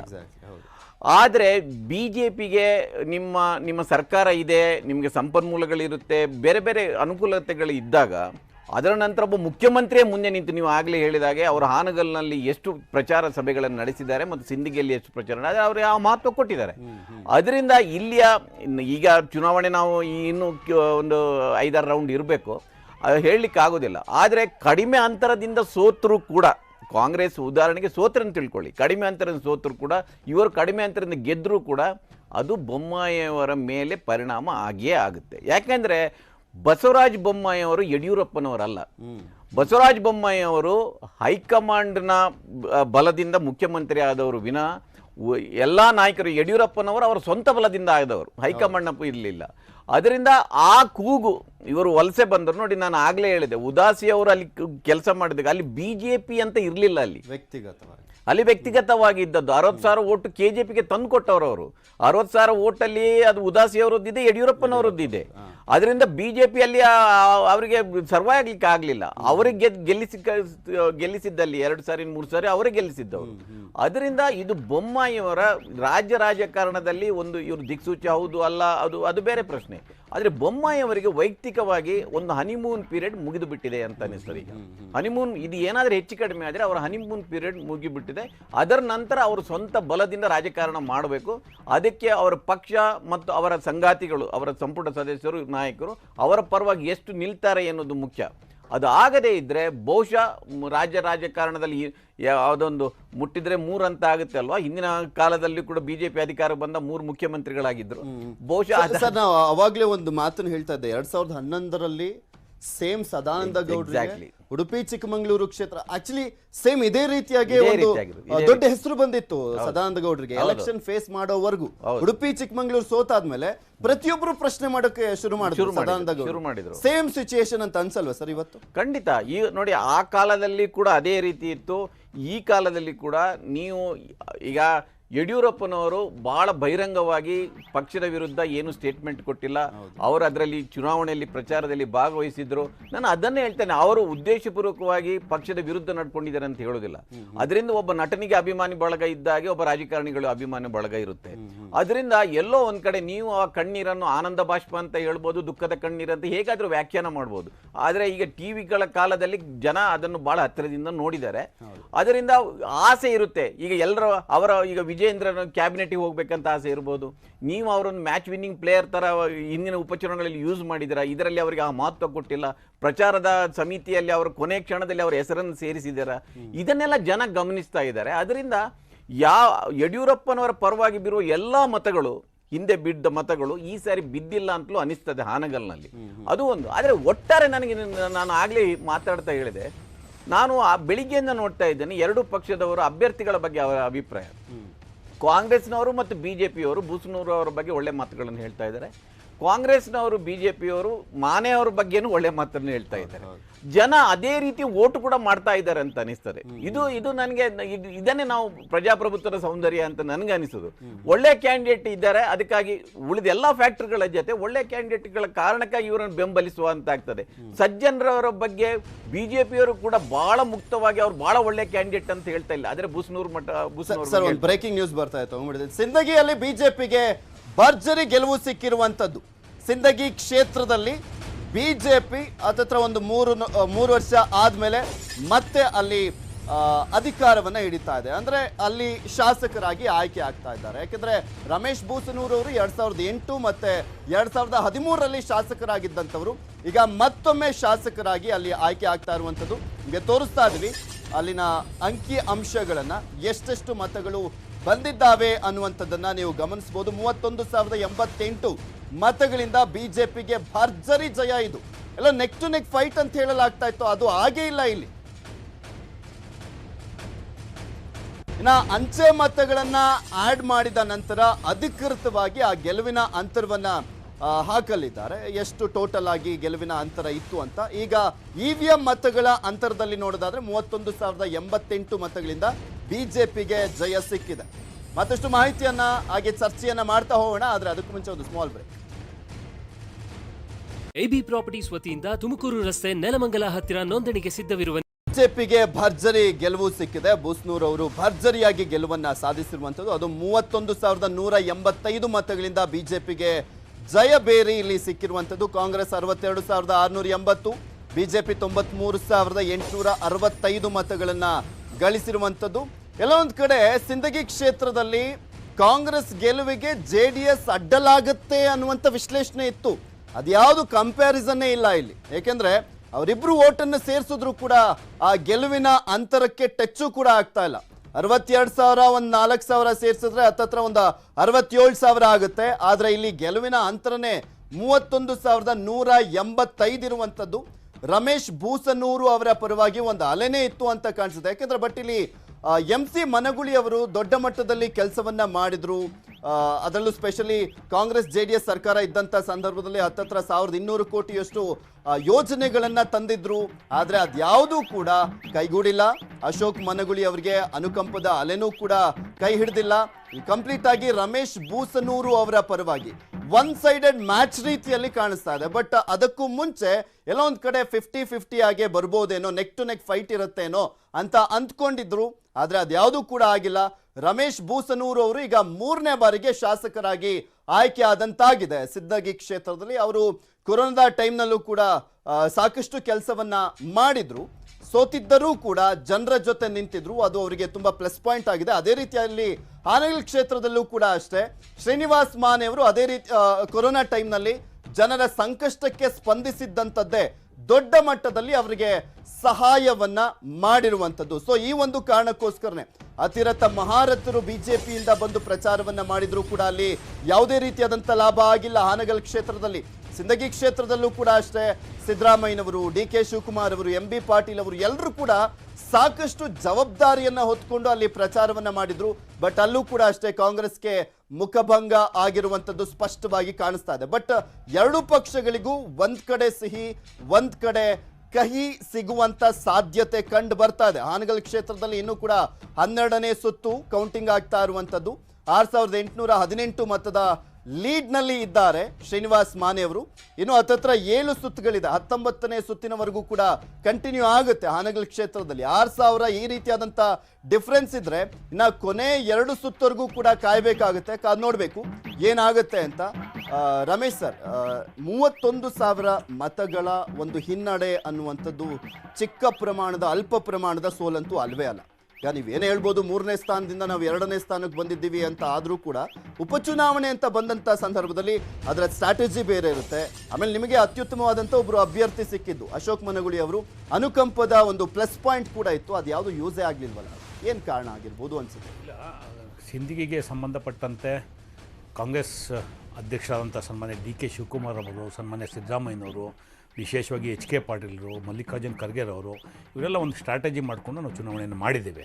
ಕಳೆದ ಚುನಾವಣೆಯಲ್ಲಿ ಸುಮಾರು ಮನಗೋಳಿರವರು 70,000ಕ್ಕಿಂತ ಅಧಿಕ ಮತವನ್ನು ಅಲ್ಲಿ ತೊಗೊಂಡಿದ್ದರು. ಭಾಳ ವಿಶೇಷವಾಗಿ ಅಲ್ಲೇನಾಗಿದೆ, ಅವರ ಆರೋಗ್ಯದ ಸಮಸ್ಯೆ, ಮತ್ತೊಂದು ಸಮಸ್ಯೆ, ಕ್ಷೇತ್ರದಲ್ಲಿ ಸ್ವಲ್ಪ ವ್ಯತ್ಯಾಸಗಳು ಆಗಿದೆ, ಇಲ್ಲ ಅಂತ ನಾನು ನಿರಾಕರಣೆ ಮಾಡೋದಕ್ಕೆ ಹೋಗೋದಿಲ್ಲ. ಬಟ್ ಅದರ ಜೊತೆಗೆ 2013ರಲ್ಲಿ ಇದೇ ರಮೇಶ್ ಬೂಸ್ನೂರವರ ವಿರುದ್ಧ MC ಮನಗೋಳಿರವರು ಒಂದು ಚುನಾವಣಾ ರಿಟ್ ಪಿಟಿಷನ್ನ ಕರ್ನಾಟಕ ಹೈಕೋರ್ಟಲ್ಲಿ ದಾಖಲು ಮಾಡಿದರು. ಅಂದರೆ ಅವತ್ತು ಸಹ ಕೇವಲ ಒಂದು 1000 ಚಿಲ್ಲರೆ ಮತಗಳ ಅಂತರದಲ್ಲಿ ಸೋಲನ್ನು ಅನುಭವಿಸಿದ್ರು. ಮತ್ತು ಬೇರೆ ಬೇರೆ ಕಾರಣಕ್ಕೆ ಮತ್ತು ಹೈಕೋರ್ಟ್ ಫಲಿತಾಂಶ ಬರೋವಂಥದ್ದು ತಡ ಆಯಿತು. ಮತ್ತು ಚುನಾವಣೆ ಆಗಿ 2018ರಲ್ಲಿ ಅವ್ರು ಗೆದ್ದು ಬಂದರು. ಇವತ್ತು ಅಲ್ಲಿ ಏನು ನಮಗೆ ಸೋಲಾಗಿದೆ, ನಾನು ಒಂದು ರಾಜಕೀಯ ಪಕ್ಷವಾಗಿ ಕಾಂಗ್ರೆಸ್ ಪಕ್ಷ ಈ ಸೋಲನ್ನು ಒಪ್ಕೊಳ್ಳುತ್ತೆ. ನಾವೇನು ನಿರಾಕರಣೆ ಮಾಡೋದು, ಮತ್ತೊಂದು ಅಥವಾ ಇನ್ನೊಬ್ಬರು ಆರೋಪ ಮಾಡೋದಕ್ಕೆ ಹೋಗೋದಿಲ್ಲ. ಅಷ್ಟರ ಮಟ್ಟಿಗೆ ನಾವು ಸೋಲನ್ನು ಒಪ್ಕೋತೇವೆ. ಅಲ್ಲಿ ಏನು ತಪ್ಪುಗಳಾಗಿದೆ ಆ ತಪ್ಪನ್ನು ನಾವು ವಿಮರ್ಶೆ ಮಾಡಿಕೊಂಡು, ಅಂದರೆ ಇಲ್ಲಿ ಕಾಂಗ್ರೆಸ್ನವರೇ ಮತ್ತೆ JDSನವರು ಇಬ್ರು ಕೂಡ ಒಪ್ಕೊಳ್ಳೇ ಇಲ್ವಾ ಅಶೋಕ್ ಮನಗುಳಿ ಅವ್ರನ್ನ? ಆಗಬಹುದಾಗಿತ್ತು ಅವ್ರು ಮಾಡಿದಂತ ಕೆಲವೊಂದು ಕೆಲಸಗಳು 1200 ಕೋಟಿಯಷ್ಟು ಅಂತ ಹೇಳ್ತಾ ಇದ್ದಾರೆ, ಯೋಜನೆಗಳನ್ನೆಲ್ಲ ತಂದು. ನಿಮಗೆ ಇನ್ನೊಂದು ಸತ್ಯ ಹೇಳ್ತೀನಿ. ನಾನು ಈ ಚುನಾವಣೆ ನಡಿಬೇಕಾದ್ರೆ JDSನಲ್ಲಿ ಈಗಿರ್ತಕ್ಕಂಥ ಒಬ್ಬ ಶಾಸಕರನ್ನ ಕಾಂಗ್ರೆಸ್ ಪಕ್ಷಕ್ಕೆ ಇನ್ವೈಟ್ ಮಾಡಿದೆ. ಬೇರೆ ಬೇರೆ ಕಾರಣಕ್ಕೆ ನನಗೆ ಹೆಸರು ಹೇಳೋದಕ್ಕಾಗೋದಿಲ್ಲ. ಅವರು ಒಂದು ಸತ್ಯ ಹೇಳಿದ್ರು, ರಮೇಶ್ ಬಾಬು, ನಾನು JDS ಎಲ್ಲ ಇದ್ದರೆ ಪಾರ್ಟಿನವ್ರು ನನಗೆ ಗೆಲ್ಲೋದಕ್ಕೆ 100 ರೂಪಾಯಿ ಕೊಡ್ತಾರೆ, ನಾನು ಪಾರ್ಟಿ ಬಿಟ್ಟು ಆಚೆ ಹೋದರೆ ಸೋಲ್ಸೋಕ್ಕೆ 1000 ರೂಪಾಯಿ ಕೊಡ್ತಾರೆ. ಆ ಥರದ್ದು ಇವತ್ತು ಸಿಂದಗಿನಲ್ಲಿ ಆಗ್ತಾಯಿದೆ ನೋಡಿ, ಈಗ ಸದ್ಯಕ್ಕೆ ಬೇಡ ಆ ವಿಚಾರ ಅಂತ ಹೇಳಿದ್ರು. ಅಂದರೆ ಅಲ್ಲಿ ಬಂದಂಥದ್ದು ಏನು BJP B ಟೀಮ್ ವ್ಯವಸ್ಥಿತವಾಗಿ ಅವರು ಗೆಲ್ಲಬೇಕನ್ನೋದಕ್ಕಿಂತ ಕಾಂಗ್ರೆಸ್ನ ಸೋಲಿಸಬೇಕು ಅಂತ ನೀವು ಜಾಸ್ತಿ JDS ಮೇಲೆ ಕಾನ್ಸಂಟ್ರೇಟ್ ಮಾಡಿದ್ದು ಕೂಡ ಇಲ್ಲ. ನಾವು ಅವ್ರ ಮೇಲೆ ಅವಶ್ಯಕತೆ ಇಲ್ಲ. ಕಾಂಗ್ರೆಸ್ ಯಾವತ್ತೂ ಸಹ ಸೈದ್ಧಾಂತಿಕವಾಗಿ ಹೋಗುತ್ತೆ, ಸೈದ್ಧಾಂತಿಕ ವಿಚಾರಗಳ ಮೇಲೆ ಚುನಾವಣೆ ಮಾಡುತ್ತೆ. BJP A team B team ನಮಗೆ ಅದು ಸಮಸ್ಯೆ ಅಲ್ಲ. ಒಂದು ರಾಜಕೀಯ ಪಕ್ಷವಾಗಿ ಚುನಾವಣಾ ಸಮಯದಲ್ಲಿ ಅದನ್ನು ಹೇಳಬೇಕಾಗತ್ತೆ, ಹೇಳಿದ್ದೀವಿ. ಅದೇನು ಇವತ್ತು ಹೇಳ್ತಾ ಇಲ್ಲ. 2018ರ ಅಸೆಂಬ್ಲಿ ಚುನಾವಣೆಯಲ್ಲಿ ನಮ್ಮ ಪಕ್ಷದ ರಾಷ್ಟ್ರೀಯ ನಾಯಕರಂತ ರಾಹುಲ್ ಗಾಂಧಿರವರು ವಿಚಾರವನ್ನು ಪ್ರಸ್ತಾಪ ಮಾಡಿದ್ದಾರೆ. ಸಂದರ್ಭ ಬಂದಾಗ BJPನ ಆಯಾ ಸಂದರ್ಭಕ್ಕೆ ಸಂಬಂಧಪಟ್ಟಂತೆ ಎಕ್ಸ್ಪೋಸ್ ಮಾಡೋಂಥದ್ದು ಕಾಂಗ್ರೆಸ್ ಪಕ್ಷದ ಕರ್ತವ್ಯ ಇದೆ. ನಮ್ಮ ಸೈದ್ಧಾಂತಿಕ ನಿಲುವಿಗೆ ಅನುಗುಣವಾಗಿ ಆ ಕೆಲಸವನ್ನು ಮಾಡ್ಕೊಂಡು ಹೋಗ್ತೀವಿ. ಅಟ್ ದ ಸೇಮ್ ಟೈಮ್ ಸಿಂದಗಿಲಾಗಿರ್ತಕ್ಕಂಥ ಹಿನ್ನಡೆ ಏನಿದೆ ಅಶೋಕ್ ಮನಗೋಳಿರೋ ವಿಚಾರ ಅಲ್ಲ. ನಾವು ಎಲ್ಲ ಒಂದು ಸಂಘಟಿತಾತ್ಮಕವಾಗಿ ಪ್ರಯತ್ನದ ನಡುವೆ ನಮಗೆ ಸೋಲಾಗಿದೆ. ಆ ಸೋಲನ್ನು ಒಪ್ಕೋತೇವೆ. 2023ರ ಚುನಾವಣೆಯಲ್ಲಿ ಅದನ್ನು ಸರಿಪಡಿಸ್ಕೊಳ್ಳುವಂಥ ಪ್ರಯತ್ನವನ್ನು ಮಾಡ್ತೇವೆ. ಮತ್ತು ಆಗಲೇ ಪತ್ರಕರ್ತ ಅಂತ ದಿನೇಶ್ ಅಮೀನ್ ಭಟ್ ಅವರು ಕೆಲವು ವಿಚಾರಗಳು ಹೇಳಿದ್ರು. ಯಾವತ್ತೂ ಸಹ ಸರ್ಕಾರಕ್ಕೆ ಪೂರಕವಾಗಿ ಉಪಚುನಾವಣೆ ಇರುತ್ತೆ. ಇದರ ಮಧ್ಯೆಯೂ ಸಹ ನಾವು ಸರ್ಕಾರವನ್ನು ಎದುರಿಸಿ ಚುನಾವಣೆ ನಡೆಸಿರ್ತಕ್ಕಂಥದ್ದು ಒಂದು ದೊಡ್ಡ ವಿಚಾರ ಒಂದು ಕಡೆ. ಇನ್ನೊಂದು ಕಡೆ ಹಾನಗಲ್ಲೇ ನಮಗೆ ಪೂರಕವಾದಂಥ ಫಲಿತಾಂಶ ಬರ್ತಾ ಇದೆ. ನಿಮ್ಗೆ ಯಾಕೆ ಈ ಮಾತನ್ನು ಹೇಳ್ತೀನಿ ಅಂದರೆ, BJಪಿಯವರು ಸ್ವಾಭಾವಿಕವಾಗಿ ಅವರೇನು ಸಮರ್ಥನೆ ಕೊಡುವಂಥ ಪ್ರಯತ್ನ ಮಾಡ್ತಾರೆ. ಸನ್ಮಾನ್ಯ ಅಮಿತ್ ಶಾ ಅವರು ಹುಬ್ಳಿ ಕಾರ್ಯಕ್ರಮಕ್ಕೆ ಬಂದು ಹಾನಗಲ್ ಚುನಾವಣೆ ದೃಷ್ಟಿನಲ್ಲೇ ಬರುವಂಥ ಚುನಾವಣೆಗಳನ್ನ ನಾವು ಬೊಮ್ಮಾಯಿರವರ ನಾಯಕತ್ವದಲ್ಲಿ ಮಾಡ್ತೀವಿ ಅನ್ನೋ ಮಾತನ್ನು ಹೇಳಿದ್ರು. ಯಡಿಯೂರಪ್ಪನವರ ನಂತರ BJಪಿಲಿ ಯಾರ ನಾಯಕತ್ವ ಅನ್ನೋ ಪ್ರಶ್ನೆ ಇದೆ. ಆಗಲೇ ನೀವು ಅಶೋಕ್ರವರ ಮಾತುಗಳನ್ನ ತೋರಿಸಿದ್ರಿ. ಅವ್ರ ಬಾಡಿ ಲ್ಯಾಂಗ್ವೇಜ್ ನೀವು ಗಮನಿಸ್ತಾ ಇದ್ದೀರಾ. ಅಂದರೆ ಒಳಗೊಳಗಡೆ ಖುಷಿ ಅವ್ರಿಗೆ ಹಾನಗಲ್ ಸೋಲ್ತಾ ಇರೋದಕ್ಕೆ. ಅಂತಹ ಪರಿಸ್ಥಿತಿನಲ್ಲಿ ಇವತ್ತು BJP ಬಂದು ನಿಂತಿದೆ. BJಪಿಲಿರ್ತಕ್ಕಂಥ ಒಳಗುಂಪುಗಳು, ಅಂದರೆ ಅಲ್ಲಿ BJP ಒಳಗುಂಪಿಂದ ಗೆದ್ದೀವಿ ಅಂತ ನಾನು ಹೇಳ್ತಾ ಇಲ್ಲ. ಅಲ್ಲಿ ಕಾಂಗ್ರೆಸ್ ಪಕ್ಷದ ಕಾರ್ಯಕ್ರಮಗಳು, ಹಿಂದೆ ನಾವು ಕೊಟ್ಟಂಥ ಅನ್ನಭಾಗ್ಯ ಇರ್ಬೋದು, ಕೃಷಿ ಭಾಗ್ಯ ಇರ್ಬೋದು, ಕ್ಷೀರ ಭಾಗ್ಯ ಇರ್ಬೋದು, ಇಂದಿರಾ ಕ್ಯಾಂಟೀನ್ ಇರ್ಬೋದು, ಕಾಂಗ್ರೆಸ್ ಪಕ್ಷಕ್ಕೆ ಕೊಟ್ಟಂಥ ಕಾರ್ಯಕ್ರಮಗಳು ಮತ್ತು ಸಂಘಟಿತ ಪ್ರಯತ್ನ. ಸರ್ ಒಂದು ನಿಮಿಷ, ಡಿ.ಕೆ. ಶಿವಕುಮಾರ್ ಈ ಚುನಾವಣೆಯ ಫಲಿತಾಂಶ ನಾನು ವಿಶ್ಲೇಷಣೆ ಮಾಡಬೇಕಾದ್ದೇನಿಲ್ಲ. ಮಾಧ್ಯಮದವ್ರಿಗೆ ಎಲ್ಲ ಥರದ ವಿಶ್ಲೇಷಣೆ ಮಾಡಲಿಕ್ಕೆ ನಿಮ್ಗೆ ಎಲ್ಲ ಥರದ ಅವಕಾಶ ಟ್ರಯಲು ಎಲ್ಲ ಮಾಡ್ತೀರಿ. ನಾವು ಮಾನ್ಯವರು 6,000 ಓಟಲ್ಲಿ ಸೋತಿದ್ರು, 6,000 ಚಿಲ್ಲರೆ ಓಟಲ್ಲಿ ಸೋತಿದ್ರು. ಅವ್ರ ಸರ್ಕಾರ ಬಂದಿತ್ತು, ಅವ್ರ MP ಇದ್ದರು, ಡಬಲ್ ಇಂಜಿನ್ ಸರ್ಕಾರ, ಚೀಫ್ ಮಿನಿಸ್ಟ್ರು, ಪಕ್ಕದ ಕ್ಷೇತ್ರ, ಚೀಫ್ ಮಿನಿಸ್ಟ್ರು ಅಳಿಯ, ಎಲ್ಲ ಥರದ ಅಡ್ವಾಂಟೇಜು ಅವ್ರಿಗಿತ್ತು.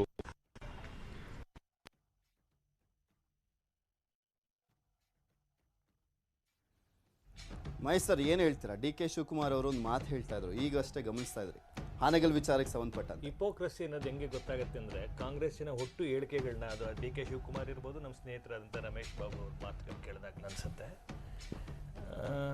ಅವರು ಪ್ರಾರಂಭದಲ್ಲಿ ಹೇಳಿದ್ರು ಬಿ ಟೀಮು JDS ಅಂತೇಳಿ. ಗೊತ್ತಿಲ್ಲ ಕಾಂಗ್ರೆಸ್ಸಿನ ಅವರ ನಡಾವಳಿ ಹೇಗಿದೆ ದ್ವಂದ್ವಾರ್ಥ ಅಂತ. ಕಳೆದ ಚುನಾವಣೆ ಒಳಗಡೆ ಅವರೇನು ಪ್ರೀ ಪೋಲ್ ಅಲಯನ್ಸ್ ಏನು ಮಾಡಿರಲಿಲ್ಲ. ಅರೆ ಅವರ ಧಾವಂತ BJPಯನ್ನು ದೂರ ಇಡಬೇಕು ಅಂತೇಳಿ ಇದೇ JDS ಜೊತೆ ಸರ್ಕಾರ ಮಾಡಿದಂಥದ್ದು.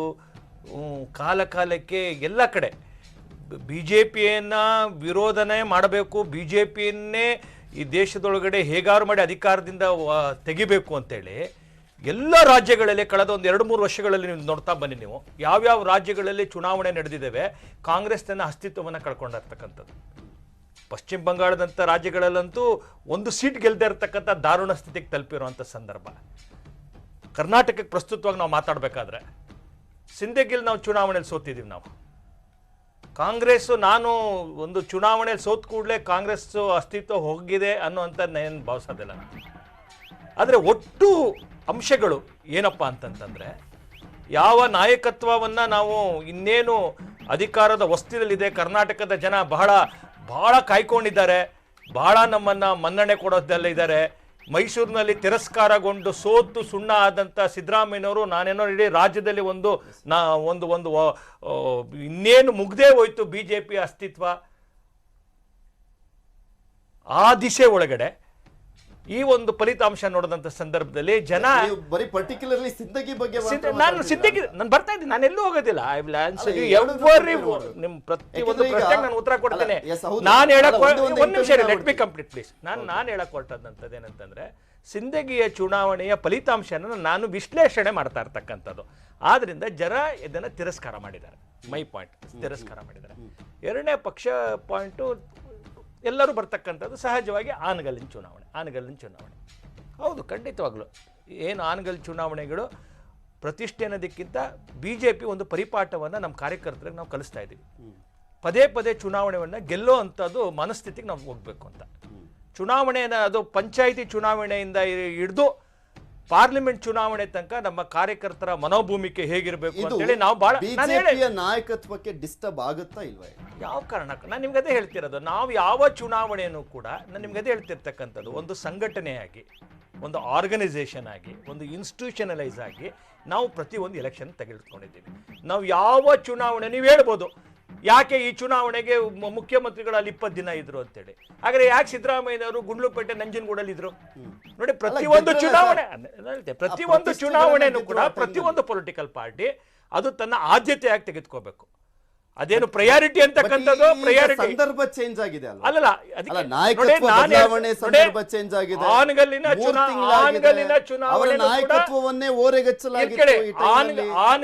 ಚುನಾವಣೆನೂ ಕೂಡ ನಾವು ಅಷ್ಟೇ ಪ್ರಯಾರಿಟಿ ಅಂತಾನೆ ತೆಗೆದುಕೊಂಡಿರೋದು.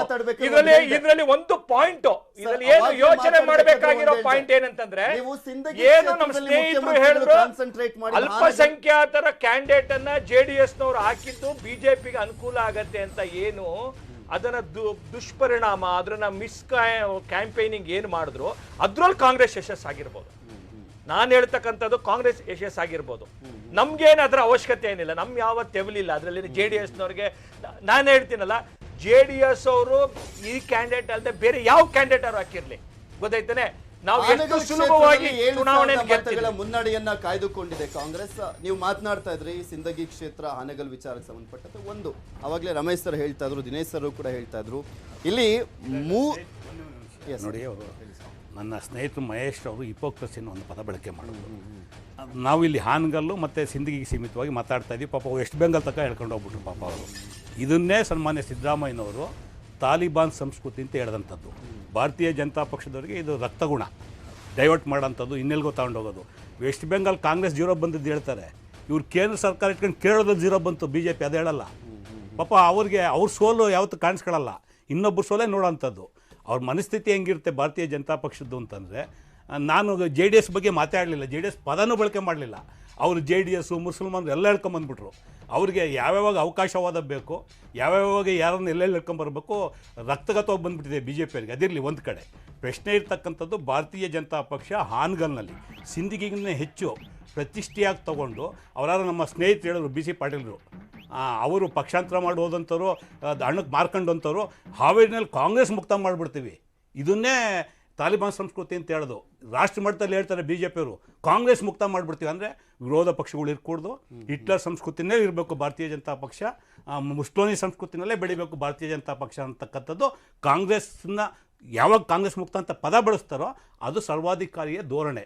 ಒಂದು ಪ್ರಜಾಪ್ರಭುತ್ವದ ವ್ಯವಸ್ಥೆಯಲ್ಲಿ ಇನ್ನೊಂದು ಪಕ್ಷ ಇಟ್ಕೂಡ್ದು ಅಂತ ಹೇಳ್ತಾರಲ್ಲ, ಅದು ದೇಶ ಮಟ್ಟದಲ್ಲೂ ಹೇಳ್ತಾರೆ, ಹಾವೇರಿ ಮಟ್ಟದಲ್ಲೂ ಹೇಳ್ತಾರೆ. BC ಪಾಟೀಲ್ ಗೆದ್ದಿದ್ದೆ ಕಾಂಗ್ರೆಸ್ಸಲ್ಲಿ.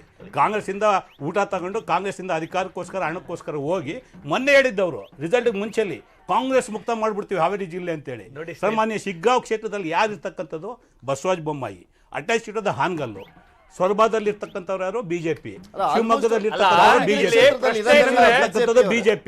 ಹಾವೇರಿನಲ್ಲಿ ಮಾತಾಡ್ಬೇಕಂದ್ರೆ ಮಾತಾಡಿಲ್ಲ, ದಯಮಾಡಿ ಹಾವೇರಿನಲ್ಲಿ ಇರ್ತಕ್ಕಂಥದ್ದು BJP. ಇಡೀ ಜಿಲ್ಲೆನಲ್ಲಿ ನೀವು ಇಟ್ಕೊಂಡು ಸರ್ಕಾರ ಇಟ್ಕೊಂಡು ದಯಮಾಡಿ ಬಸವರಾಜ ಬೊಮ್ಮಾಯಿ ಉತ್ತರ ಕೊಡಬೇಕು. ವಂಶಿ ಫಾರಂ ಎಲ್ಲಿದೆ? ಎಷ್ಟು ದಿವಸ ಕೂತ್ಕೊಂಡಿದ್ರಿ ವಂಶಿ ಫಾರಂ ಹೌಸಲ್ಲಿ? ನಿಮ್ಮ ಅಕ್ಕಿ ಹಾಲು ನಿಮ್ಮ ಮಿಸೆಸ್ ಊರಲ್ಲಿ ನೀವೇನು ಮಾಡಿದ್ರಿ? ಯಾಕೆಂದರೆ ಅಲ್ಲಿ ಹಾನಗಲ್ ಕ್ಷೇತ್ರಕ್ಕೆ ಸಂಬಂಧಪಟ್ಟಂತೆ ಗೆಜ್ಜೆಹಳ್ಳಿ ಅನ್ನೋ ಒಂದು ಪಂಚಾಯತಿ ನನಗೆ ಜವಾಬ್ದಾರಿ ಕೊಟ್ಟಿದ್ರು. ಸನ್ಮಾನ್ಯ ಕೃಷ್ಣ ಬೈರೇಗೌಡರು ಮತ್ತು ಬಸವರಾಜ ಶಿವಣ್ಣ ಎಕ್ಸ್ ಮಿನಿಸ್ಟ್ರು, ಅವರು ಹಿರೂರು ZP ವ್ಯಾಪ್ತಿಗೆ ಸಂಬಂಧಪಟ್ಟಂತೆ ಅವ್ರ ಜೊತೆಯಲ್ಲಿ ನಾನು ಅಟ್ಯಾಚ್ ಮಾಡಿದ್ರು. ಆ 400 ಕ್ರಾಸ್ ಅಂತ ಬರುತ್ತಲ್ಲಿ ಹಾನಗಲ್ ಕ್ಷೇತ್ರದಲ್ಲಿ, ಅಲ್ಲಿಂದ ಜಸ್ಟ್ 2 ಕಿಲೋಮೀಟ್ರು ಅಲ್ಲಿ ವಂಶಿ ಫಾರಂ ಹೌಸ್ ಅಂತೇಳಿ ಅಲ್ಲಿ ಉಳ್ಕೊಂಡು ಒಬ್ಬ ಮುಖ್ಯಮಂತ್ರಿಯಾಗಿ ಚುನಾವಣೆ ಮಾಡೋದು ಬೇರೆ, ಹಾನಗಲ್ ಕ್ಷೇತ್ರದಲ್ಲಿ ಉಳ್ಕೊಂಡು ಇಡೀ ಯಂತ್ರವನ್ನು ದುರುಪಯೋಗ ಮಾಡಿಸ್ಕೊಂಡು ಇವತ್ತು ಸೋತು ಅದಕ್ಕೆ ಉತ್ತರ ಕೊಡದಲ್ಲ. ನಾನು ಸಿಂದಗಿನಲ್ಲಿ ನಮ್ಗೆ ಸೋಲಾಗಿದೆ ಒಪ್ಕೊಂಡೆ. ನಾನು ರಾಜಕಾರಣದಲ್ಲಿ ದೊಡ್ಡತನ ಇರಬೇಕು. ಹೇಗೆ ನಮ್ಮ ರಮೇಶ್ ಅವರು ಹೆಂಗೆ ಮಾಕ್ರಿ ಆಫ್ ಡೆಮಾಕ್ರಸಿ ಹೇಗೆ ಅಂತಂದ್ರೆ, ಈ ದೇಶದೊಳಗಡೆ ಪ್ರಜಾಪ್ರಭುತ್ವವನ್ನ ಭಾರತೀಯ ಜನತಾ ಪಕ್ಷಕ್ಕೆ ಸನ್ಮಾನ.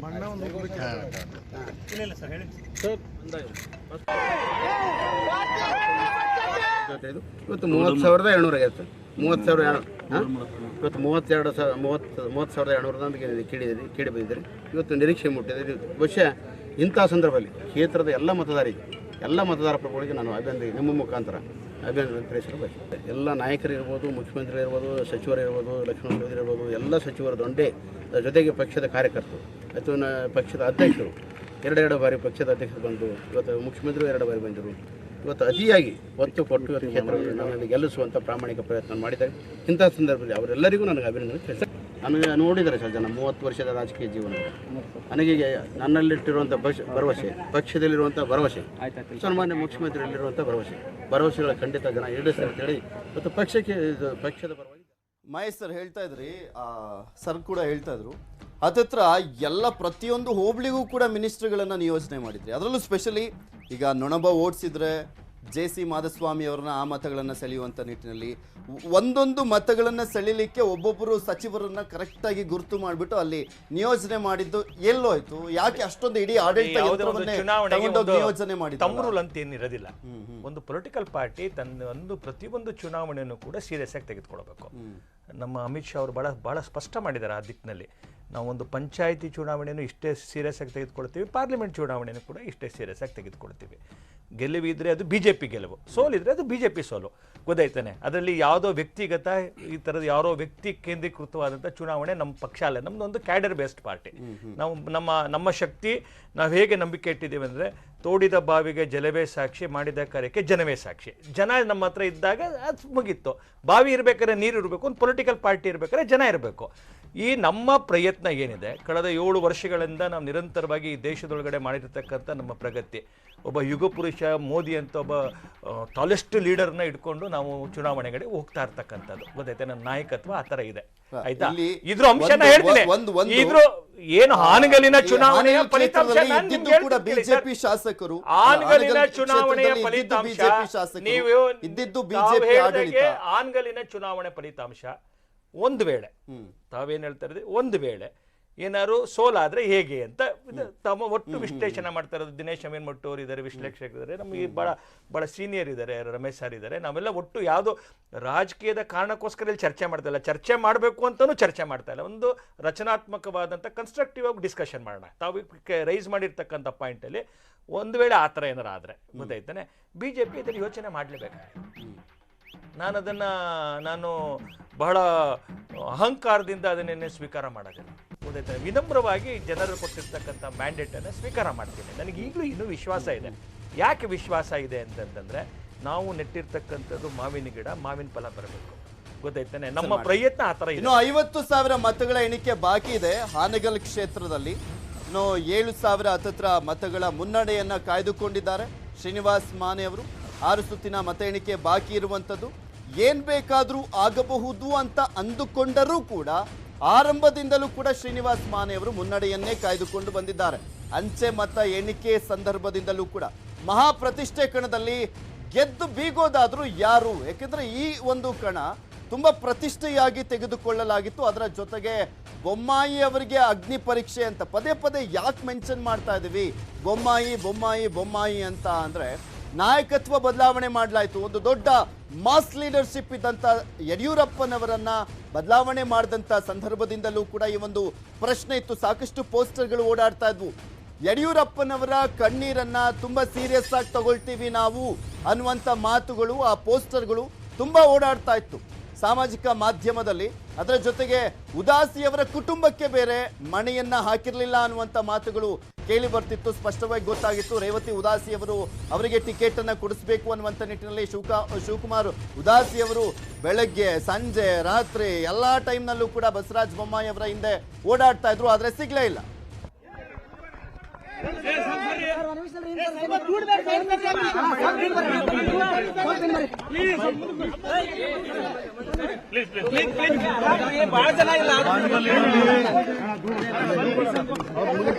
ಸ್ವಾಭಿಮಾನಿ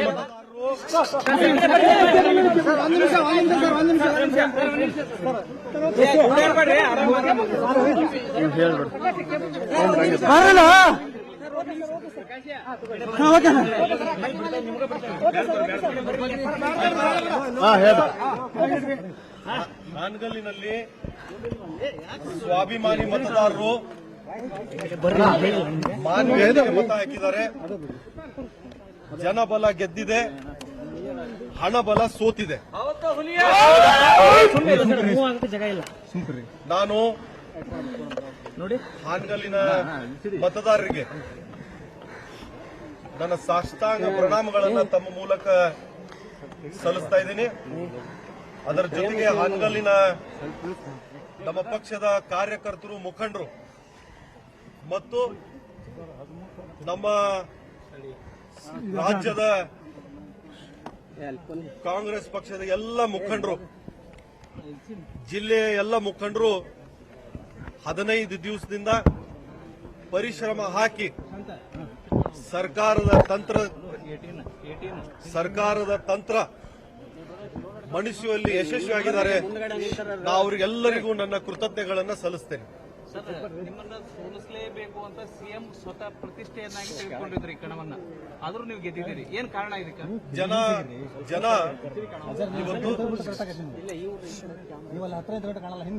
ಸರ್ಕಾರದ ಜನ ವಿರೋಧಿ ನೀತಿಗಳನ್ನು ತಿರಸ್ಕರಿಸಿದ್ದಾರೆ, ದುರಾಡಳಿತವನ್ನು ತಿರಸ್ಕರಿಸಿದ್ದಾರೆ, ರೈತ ವಿರೋಧಿ, ಬಡ ವಿರೋಧಿ ಸರ್ಕಾರದ ಆಡಳಿತವನ್ನು ತಿರಸ್ಕರಿಸಿದ್ದಾರೆ. ಇನ್ನಾದರೂ ಸರ್ಕಾರ ಕಣ್ತೆರೆದು ಜನರಿಗೆ ಕಲ್ಯಾಣ ಆಗುವ ರೀತಿಯಲ್ಲಿ ಕೆಲಸ ಮಾಡಲಿ ಅಂತ ನನ್ನ ಭಾವನೆ. ಕ್ಷೇತ್ರದಲ್ಲಿ ಇವತ್ತು ಅನೇಕ ಸಮಸ್ಯೆಗಳು ಇದಾವೆ. ಆಡಳಿತ ಯಂತ್ರ ಸಂಪೂರ್ಣ ಹದಗೆಟ್ಟಿದೆ. ಆ ಆಡಳಿತ ಯಂತ್ರವನ್ನ ಸರಿದಾರಿಗೆ ತರತಕ್ಕಂಥದ್ದು ಮೊದಲನೇ ಆದತ್ತೆ. ಮತ್ತು ಸರ್ಕಾರ ಬಿಜೆಪಿ ಇರುವುದರಿಂದ ವಿಷನ್ ಹಾನಗಲ್ ಅಂತಕ್ಕಂಥ ಏನು ಪ್ರಣಾಳಿಕೆಯನ್ನು ಬಿಡುಗಡೆ ಮಾಡಿದ್ದಾರೆ. ಅದನ್ನ ಜಾರಿ ತರಲಿಕ್ಕೆ ಸರ್ಕಾರದ ವಿರುದ್ಧ ಹೋರಾಟ, ಸರ್ಕಾರದ ಜೊತೆ ನಮ್ಮ ಮುಂದಿನ ಕೆಲಸ ಕಾರ್ಯಗಳನ್ನ ಮಾಡಲಿಕ್ಕೆ, ಹಾನಗಲ್ ಅಭಿವೃದ್ಧಿ ಮಾಡಲಿಕ್ಕೆ ನಾವು ಪಣ ತೊಟ್ಟಿದ್ದೇವೆ.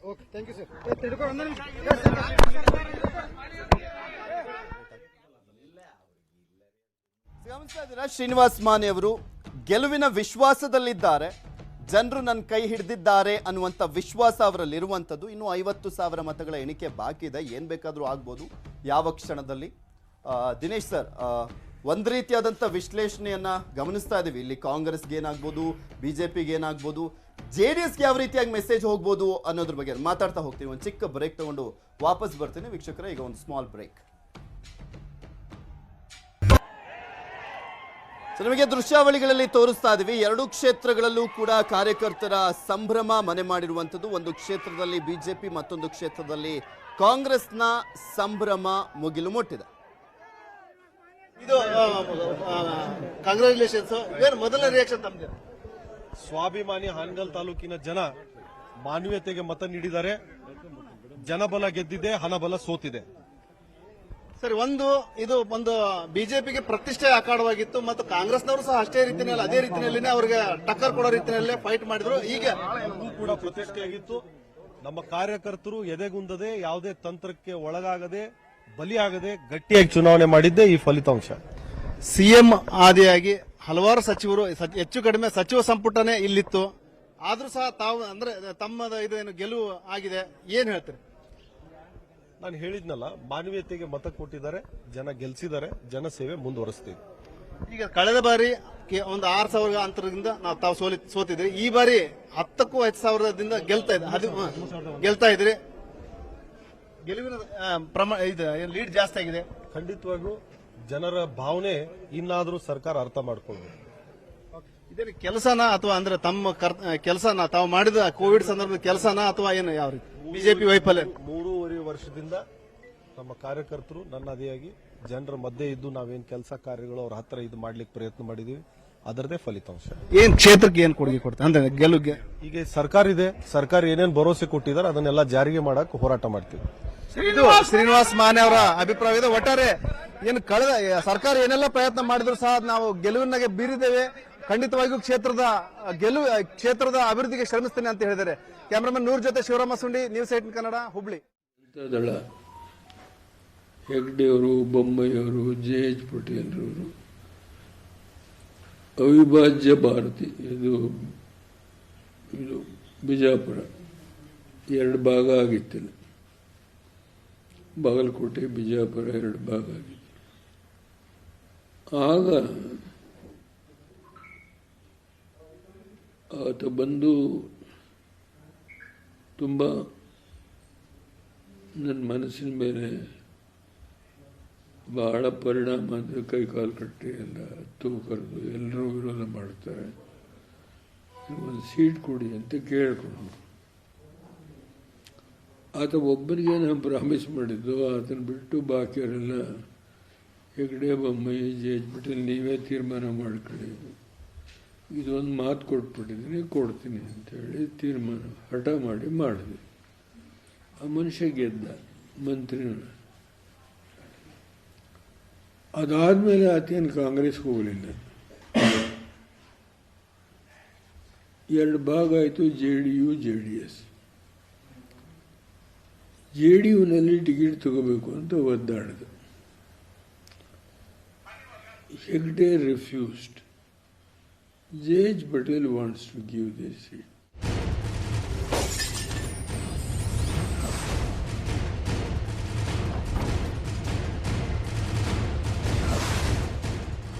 ಬೈ ಎಲೆಕ್ಷನ್ ಅಲ್ಲಿ JDSಗೆ ಭಾರಿ ಮುಖಭಂಗ ಆಗಿರುವಂಥದ್ದು. ಡೆಪಾಸಿಟ್ ಅನ್ನ ಕಳೆದುಕೊಂಡಿದೆ JDS. 2 ಕ್ಷೇತ್ರಗಳಲ್ಲೂ ಕೂಡ ಹೀನಾಯ ಸೋಲು. ಆಕ್ಚುಲಿ ಅವರು ಹಾನಗಲ್ಲನ್ನ ಅಷ್ಟೊಂದು ಸೀರಿಯಸ್ ಆಗಿ ಕನ್ಸಿಡರ್ ಮಾಡಿರಲಿಲ್ಲ. ಬಟ್ ಸಿಂದಗಿ ಕ್ಷೇತ್ರವನ್ನ ಮಾತ್ರ ತುಂಬಾ ಸೀರಿಯಸ್ ಆಗಿ ಕನ್ಸಿಡರ್ ಮಾಡಿದ್ರು.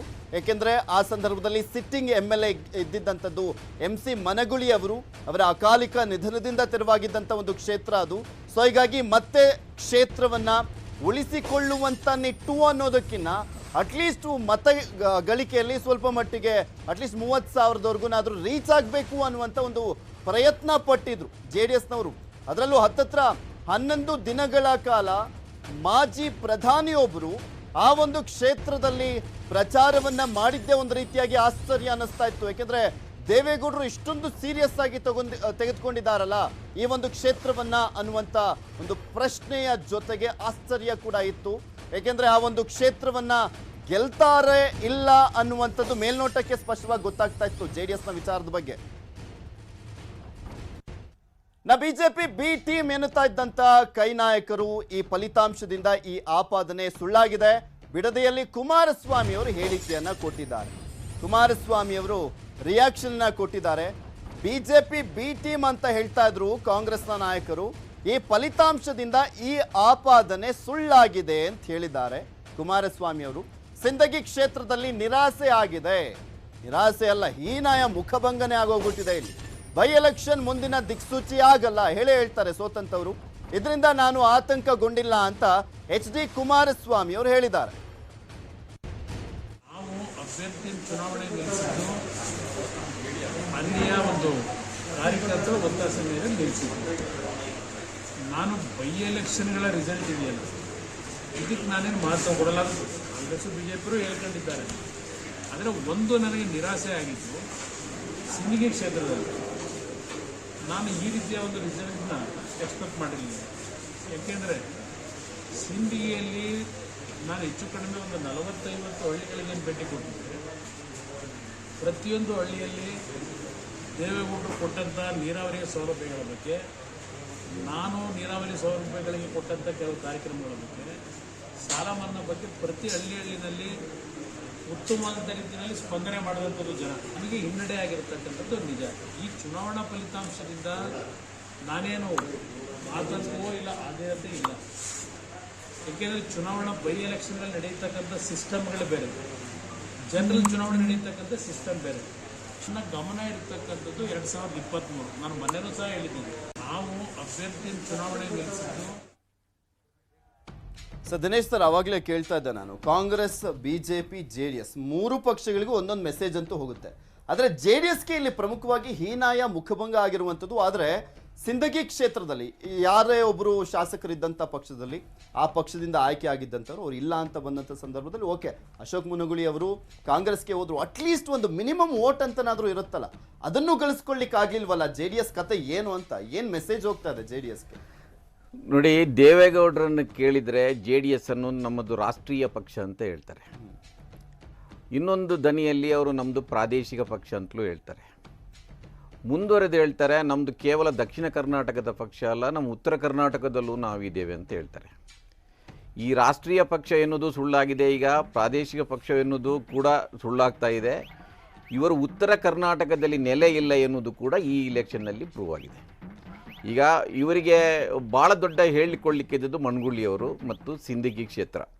ಅದು ಸಿಂದಗಿಯಲ್ಲಿ ನಮ್ಮ ವೋಟರ್ ಇರೋದು ಅಲ್ಲಿ ಮಣಗುಳಿಯವರು ಅಲ್ಲ ಎನ್ನುವ ರೀತಿಯಲ್ಲಿ ಅವರು ಇಲೆಕ್ಷನ್ಗೆ ಕ್ಯಾಂಡಿಡೇಟ್ಗಳನ್ನು ಹಾಕಿ ಹೋದರು. ಇವತ್ತು ಅವರಿಗೆ ಜನ ಸ್ಪಷ್ಟವಾಗಿ ಒಂದು ಸಂದೇಶ ಕೊಟ್ಟಿದ್ದಾರೆ, ನಿಮ್ಮ ಪಕ್ಷಕ್ಕೆ ಇಲ್ಲಿ ಸ್ಥಾನ ಇಲ್ಲ ಅಂತ. ಇದನ್ನು ಅವರು ಸೀರಿಯಸ್ ಆಗಿ ತಗೊಳ್ಬೇಕು. ಅದರ ನಂತರ ಈಗ ನಮ್ಮ ಇಬ್ಬರು ಮಿತ್ರರು ಜೆ ಡಿ ಎಸ್ ಬಗ್ಗೆ ಮಾತಾಡಿದ್ದಾರೆ. ಇವರು ಬಿ ಟೀಮು ಹೌದು ಅಲ್ಲ ಎನ್ನುವ ರೀತಿಯಲ್ಲಿದೆ. ನನ್ನ ಪ್ರಕಾರ ಜೆ ಡಿ ಎಸ್ ಅನ್ನು ಬೆಳೆಸಿದ್ದೇ ಈ 2 ಪಕ್ಷಗಳು. ನನ್ನ ಪ್ರಕಾರ ನಾನು ಭಾಳ ಡಿಸ್ಪ್ಯಾಷನೇಟ್ ಆಗಿ ಹೇಳೋದಿದ್ರೆ ನಾನು ರಮೇಶ್ ಬಾಬು ಅವ್ರು ಗೊತ್ತಿದೆ. ರಮೇಶ್ ಬಾಬು ಅಲ್ಲಿ ಇಲ್ಲಿ ಬಂದವರು. ರಮೇಶ್ ಬಾಬು ಅವರು ಭಾಳ ವೋಕಲ್ ಆಗಿ ಇದನ್ನು ಹೇಳ್ತಾ ಬಂದಿದ್ದಾರೆ. ನಾನು ಅವರ ಬಗ್ಗೆ ಹೇಳ್ತಾ ಇಲ್ಲ. ಈಗ ಬಿ ಟೀಮ್ ಅಂತ ಹೇಳಿದಾಗ ಬಿ ಟೀಮ್ ಹೇಳಬಾರದು, ದೇವೇಗೌಡರ ಬಗ್ಗೆ ಭಾಳ ಸಾಫ್ಟ್ ಆಗಿರಬೇಕು ಎನ್ನುವ ಒಳ ಸಂದೇಶಗಳು ಭಾಳಷ್ಟು ನಾಯಕರಿಗೆ ಹೋಗ್ತಾ ಇದೆ. ನೀವು ಜೆ ಡಿ ಎಸ್ ಬಗ್ಗೆ ಇಷ್ಟೊಂದು, ನಾನು ಮಹೇಶ್ ಅವರಿಗೆ ಸೇರಿದಾಗ ಹೇಳ್ತಾ ಇದ್ದೀನಿ, ಅವರಂದರೆ ಅವರ ಪಾರ್ಟಿಯವ್ರಿಗೆ, ನೀವು ಜೆ ಡಿ ಎಸ್ ಬಗ್ಗೆ ಇಷ್ಟೊಂದು ಇಬ್ಬರು ಕಾಂಪ್ರಮೈಸ್ ಮಾಡ್ಕೊಂಡಿದ್ದಾರೆ ಅವರ ಪಾರ್ಟಿ ಜೊತೆ. ಈಗ ಕುಮಾರಸ್ವಾಮಿ ಅವರನ್ನು ಮುಖ್ಯಮಂತ್ರಿ ಮಾಡಿದವರು ಯಾರು? ಒಮ್ಮೆ ಬಿ ಜೆ ಪಿ ಮಾಡ್ತು, ಒಮ್ಮೆ ಕಾಂಗ್ರೆಸ್ ಮಾಡ್ತು. ಆಮೇಲೆ ಇವರು ಇಬ್ಬರು ಕೂಡ ಅವರು ಜೆ ಡಿ ಎಸ್ ಬಗ್ಗೆ, ನಾನು ಹೇಳೋದು ನೀವು ಇಬ್ಬರು ಸೇರಿ ಒಂದು ತೀರ್ಮಾನ ತಗೊಳ್ಳಿಯಪ್ಪ. ಚುನಾವಣಾ ಪೂರ್ವ ಇಲ್ಲದ್ರೆ ಚುನಾವಣೋತ್ತರ ಆ ಪಕ್ಷದ ಜೊತೆ ನಾವು ಮೈತ್ರಿ ಮಾಡ್ಕೊಳ್ಳೋದಿಲ್ಲ, ಅದನ್ನೊಂದು ಪೊಲಿಟಿಕಲ್ ಪಾರ್ಟಿಯಾಗಿ ನಾವು ಸ್ವೀಕರಿಸ್ತೇವೆ ಅಂತ ಹೇಳ್ಬಿಡಿ. ಅಲ್ಲಿಗೆ ಜೆ ಡಿ ಎಸ್ನ ಭಾಳಷ್ಟು ರಾಜಕಾರಣ ಅಲ್ಲಿಗೆ ಈ ರೀತಿಯ ಒಳ ರಾಜಕಾರಣ ಏನಿದೆ ಅದು ನಿಂತು ಬಿಡುತ್ತೆ. ಅವರಿಗೆ ಇದು ಗೊತ್ತಿದೆ, ಜೆ ಡಿ ಎಸ್ನವರಿಗೆ ಗೊತ್ತಿದೆ ಇಂಥ ಸಂದರ್ಭದಲ್ಲಿ ಅತಂತ್ರ ರಾಜಕೀಯ ಪರಿಸ್ಥಿತಿಯಲ್ಲಿ ಇವರು ನಮ್ಮ ಮನೆ ಬಾಗಿಲಿಗೆ ಬರ್ತಾರೆ, ಅವ್ರದ್ದು ಅದೇ ರಾಜಕೀಯ ಮಾಡ್ಕೊಂಡು ಬರ್ತಾರೆ. ಅವರು ಸೀರಿಯಸ್ ಆಗಿ ನಾನು ಇದನ್ನು ಆರೋಪ ಮಾಡ್ತಾ ಇಲ್ಲ, ನಾನು ಪ್ರಾದೇಶಿಕ ಪಕ್ಷಗಳ ಪರವಾಗಿರುವ ನಾನು ಹಾಗೆ ನೋಡಿದರೆ ಒಂದು ಪ್ರಾದೇಶಿಕ ಪಕ್ಷವಾಗಿ ಜೆ ಡಿ ಎಸ್ ಅನ್ನು ಕಟ್ಟಲಿಕ್ಕೆ ಪ್ರಯತ್ನನೇ ಮಾಡಿಲ್ಲ. ಬರೀ ಬ್ಲ್ಯಾಕ್ ಮೇಲ್ ರಾಜಕಾರಣದಲ್ಲಿ ಅವರು ಮುಂದುವರಿದ ಕಾರಣ ಅವರಿಗೂ ಏನು ಹೆಚ್ಚು ಹೆಲ್ಪ್ ಆಗಿಲ್ಲ. ನನಗೆ ಈ ಬಾರಿ ಅಂತೂ ಭಾಳ ಅಷ್ಟು ನನಗೆ ದೇವೇಗೌಡರ ಬಗ್ಗೆ ಕೆಲವು ಭಿನ್ನಾಭಿಪ್ರಾಯಗಳಿರ್ಬೋದು, ಆದರೆ ಆ ಮನುಷ್ಯನ ರಾಜಕೀಯ ಒಳನೋಟಗಳ ಬಗ್ಗೆ ಭಾಳ ಗೌರವ ಇದೆ ನನಗೆ. ಅವರು ಆ ರೀತಿ ರೀಡ್ ಮಾಡುವುದು. ಇಂಥವರು ಹೋಗಿ ಸಿಂದಗಿಯಲ್ಲಿ 11 ದಿನ ಕೂತು ಒಂದು 500-600 ಓಟಿಗೋಸ್ಕರ ಮಾಡಿದರೆ ಎಂಥ ದೊಡ್ಡ ಮುಖಭಂಗ ಅಂತ ಯಾರಾದರೂ ಅರ್ಥ ಮಾಡ್ಕೊಳ್ಬೋದು. ಅದರಿಂದ ಈ ಚುನಾವಣೆಯಲ್ಲಿ ನಾವು ನೋಡಿದಾಗ ನನಗೇನು 500 ತಗೊಳ್ತಾರೆ ಅಂತ ನಾನು ನಿರೀಕ್ಷೆ ಮಾತಾಡ್ಸ್ತಾ ಹೋಗ್ತೀನಿ ಸರ್, ಒಂದು ಚಿಕ್ಕ ಬ್ರೇಕ್ ತಗೊಂಡು ವಾಪಸ್ ಬರ್ತೀವಿ. ಯಾಕಂದ್ರೆ ಈ ಒಂದು ಚುನಾವಣೆಯಲ್ಲಿ ಸಾಕಷ್ಟು ಮೆಸೇಜ್ಗಳು ಎಲ್ಲಾ ಪಕ್ಷಗಳಿಗೂ ಕೂಡ ಹೋಗಿದೆ. ಯಾವ್ಯಾವ ರೀತಿಯಾಗಿ ಈ ಚುನಾವಣಾ ತಂತ್ರಗಳು ವರ್ಕೌಟ್ ಆಗಿದೆ, ವರ್ಕೌಟ್ ಆಗಿಲ್ಲ, ಆ ಪಕ್ಷಗಳಿಗೆ ಯಾವ ರೀತಿಯಾದಂಥ ಮೆಸೇಜು, ಇನ್ನು ಮುಂದೆ ಯಾವ ರೀತಿಯಾಗಿ ಬದಲಾವಣೆ ಆಗ್ಬೋದು ಅನ್ನೋದನ್ನ ನೋಡ್ತಾ ಹೋಗೋಣ ಒಂದು ಚಿಕ್ಕ ಬ್ರೇಕ್ ಆದ್ಮೇಲೆ. AB ಪ್ರಾಪರ್ಟೀಸ್ ವತಿಯಿಂದ ತುಮಕೂರು ರಸ್ತೆ ನೆಲಮಂಗಲ ಹತ್ತಿರ ನೋಂದಣಿ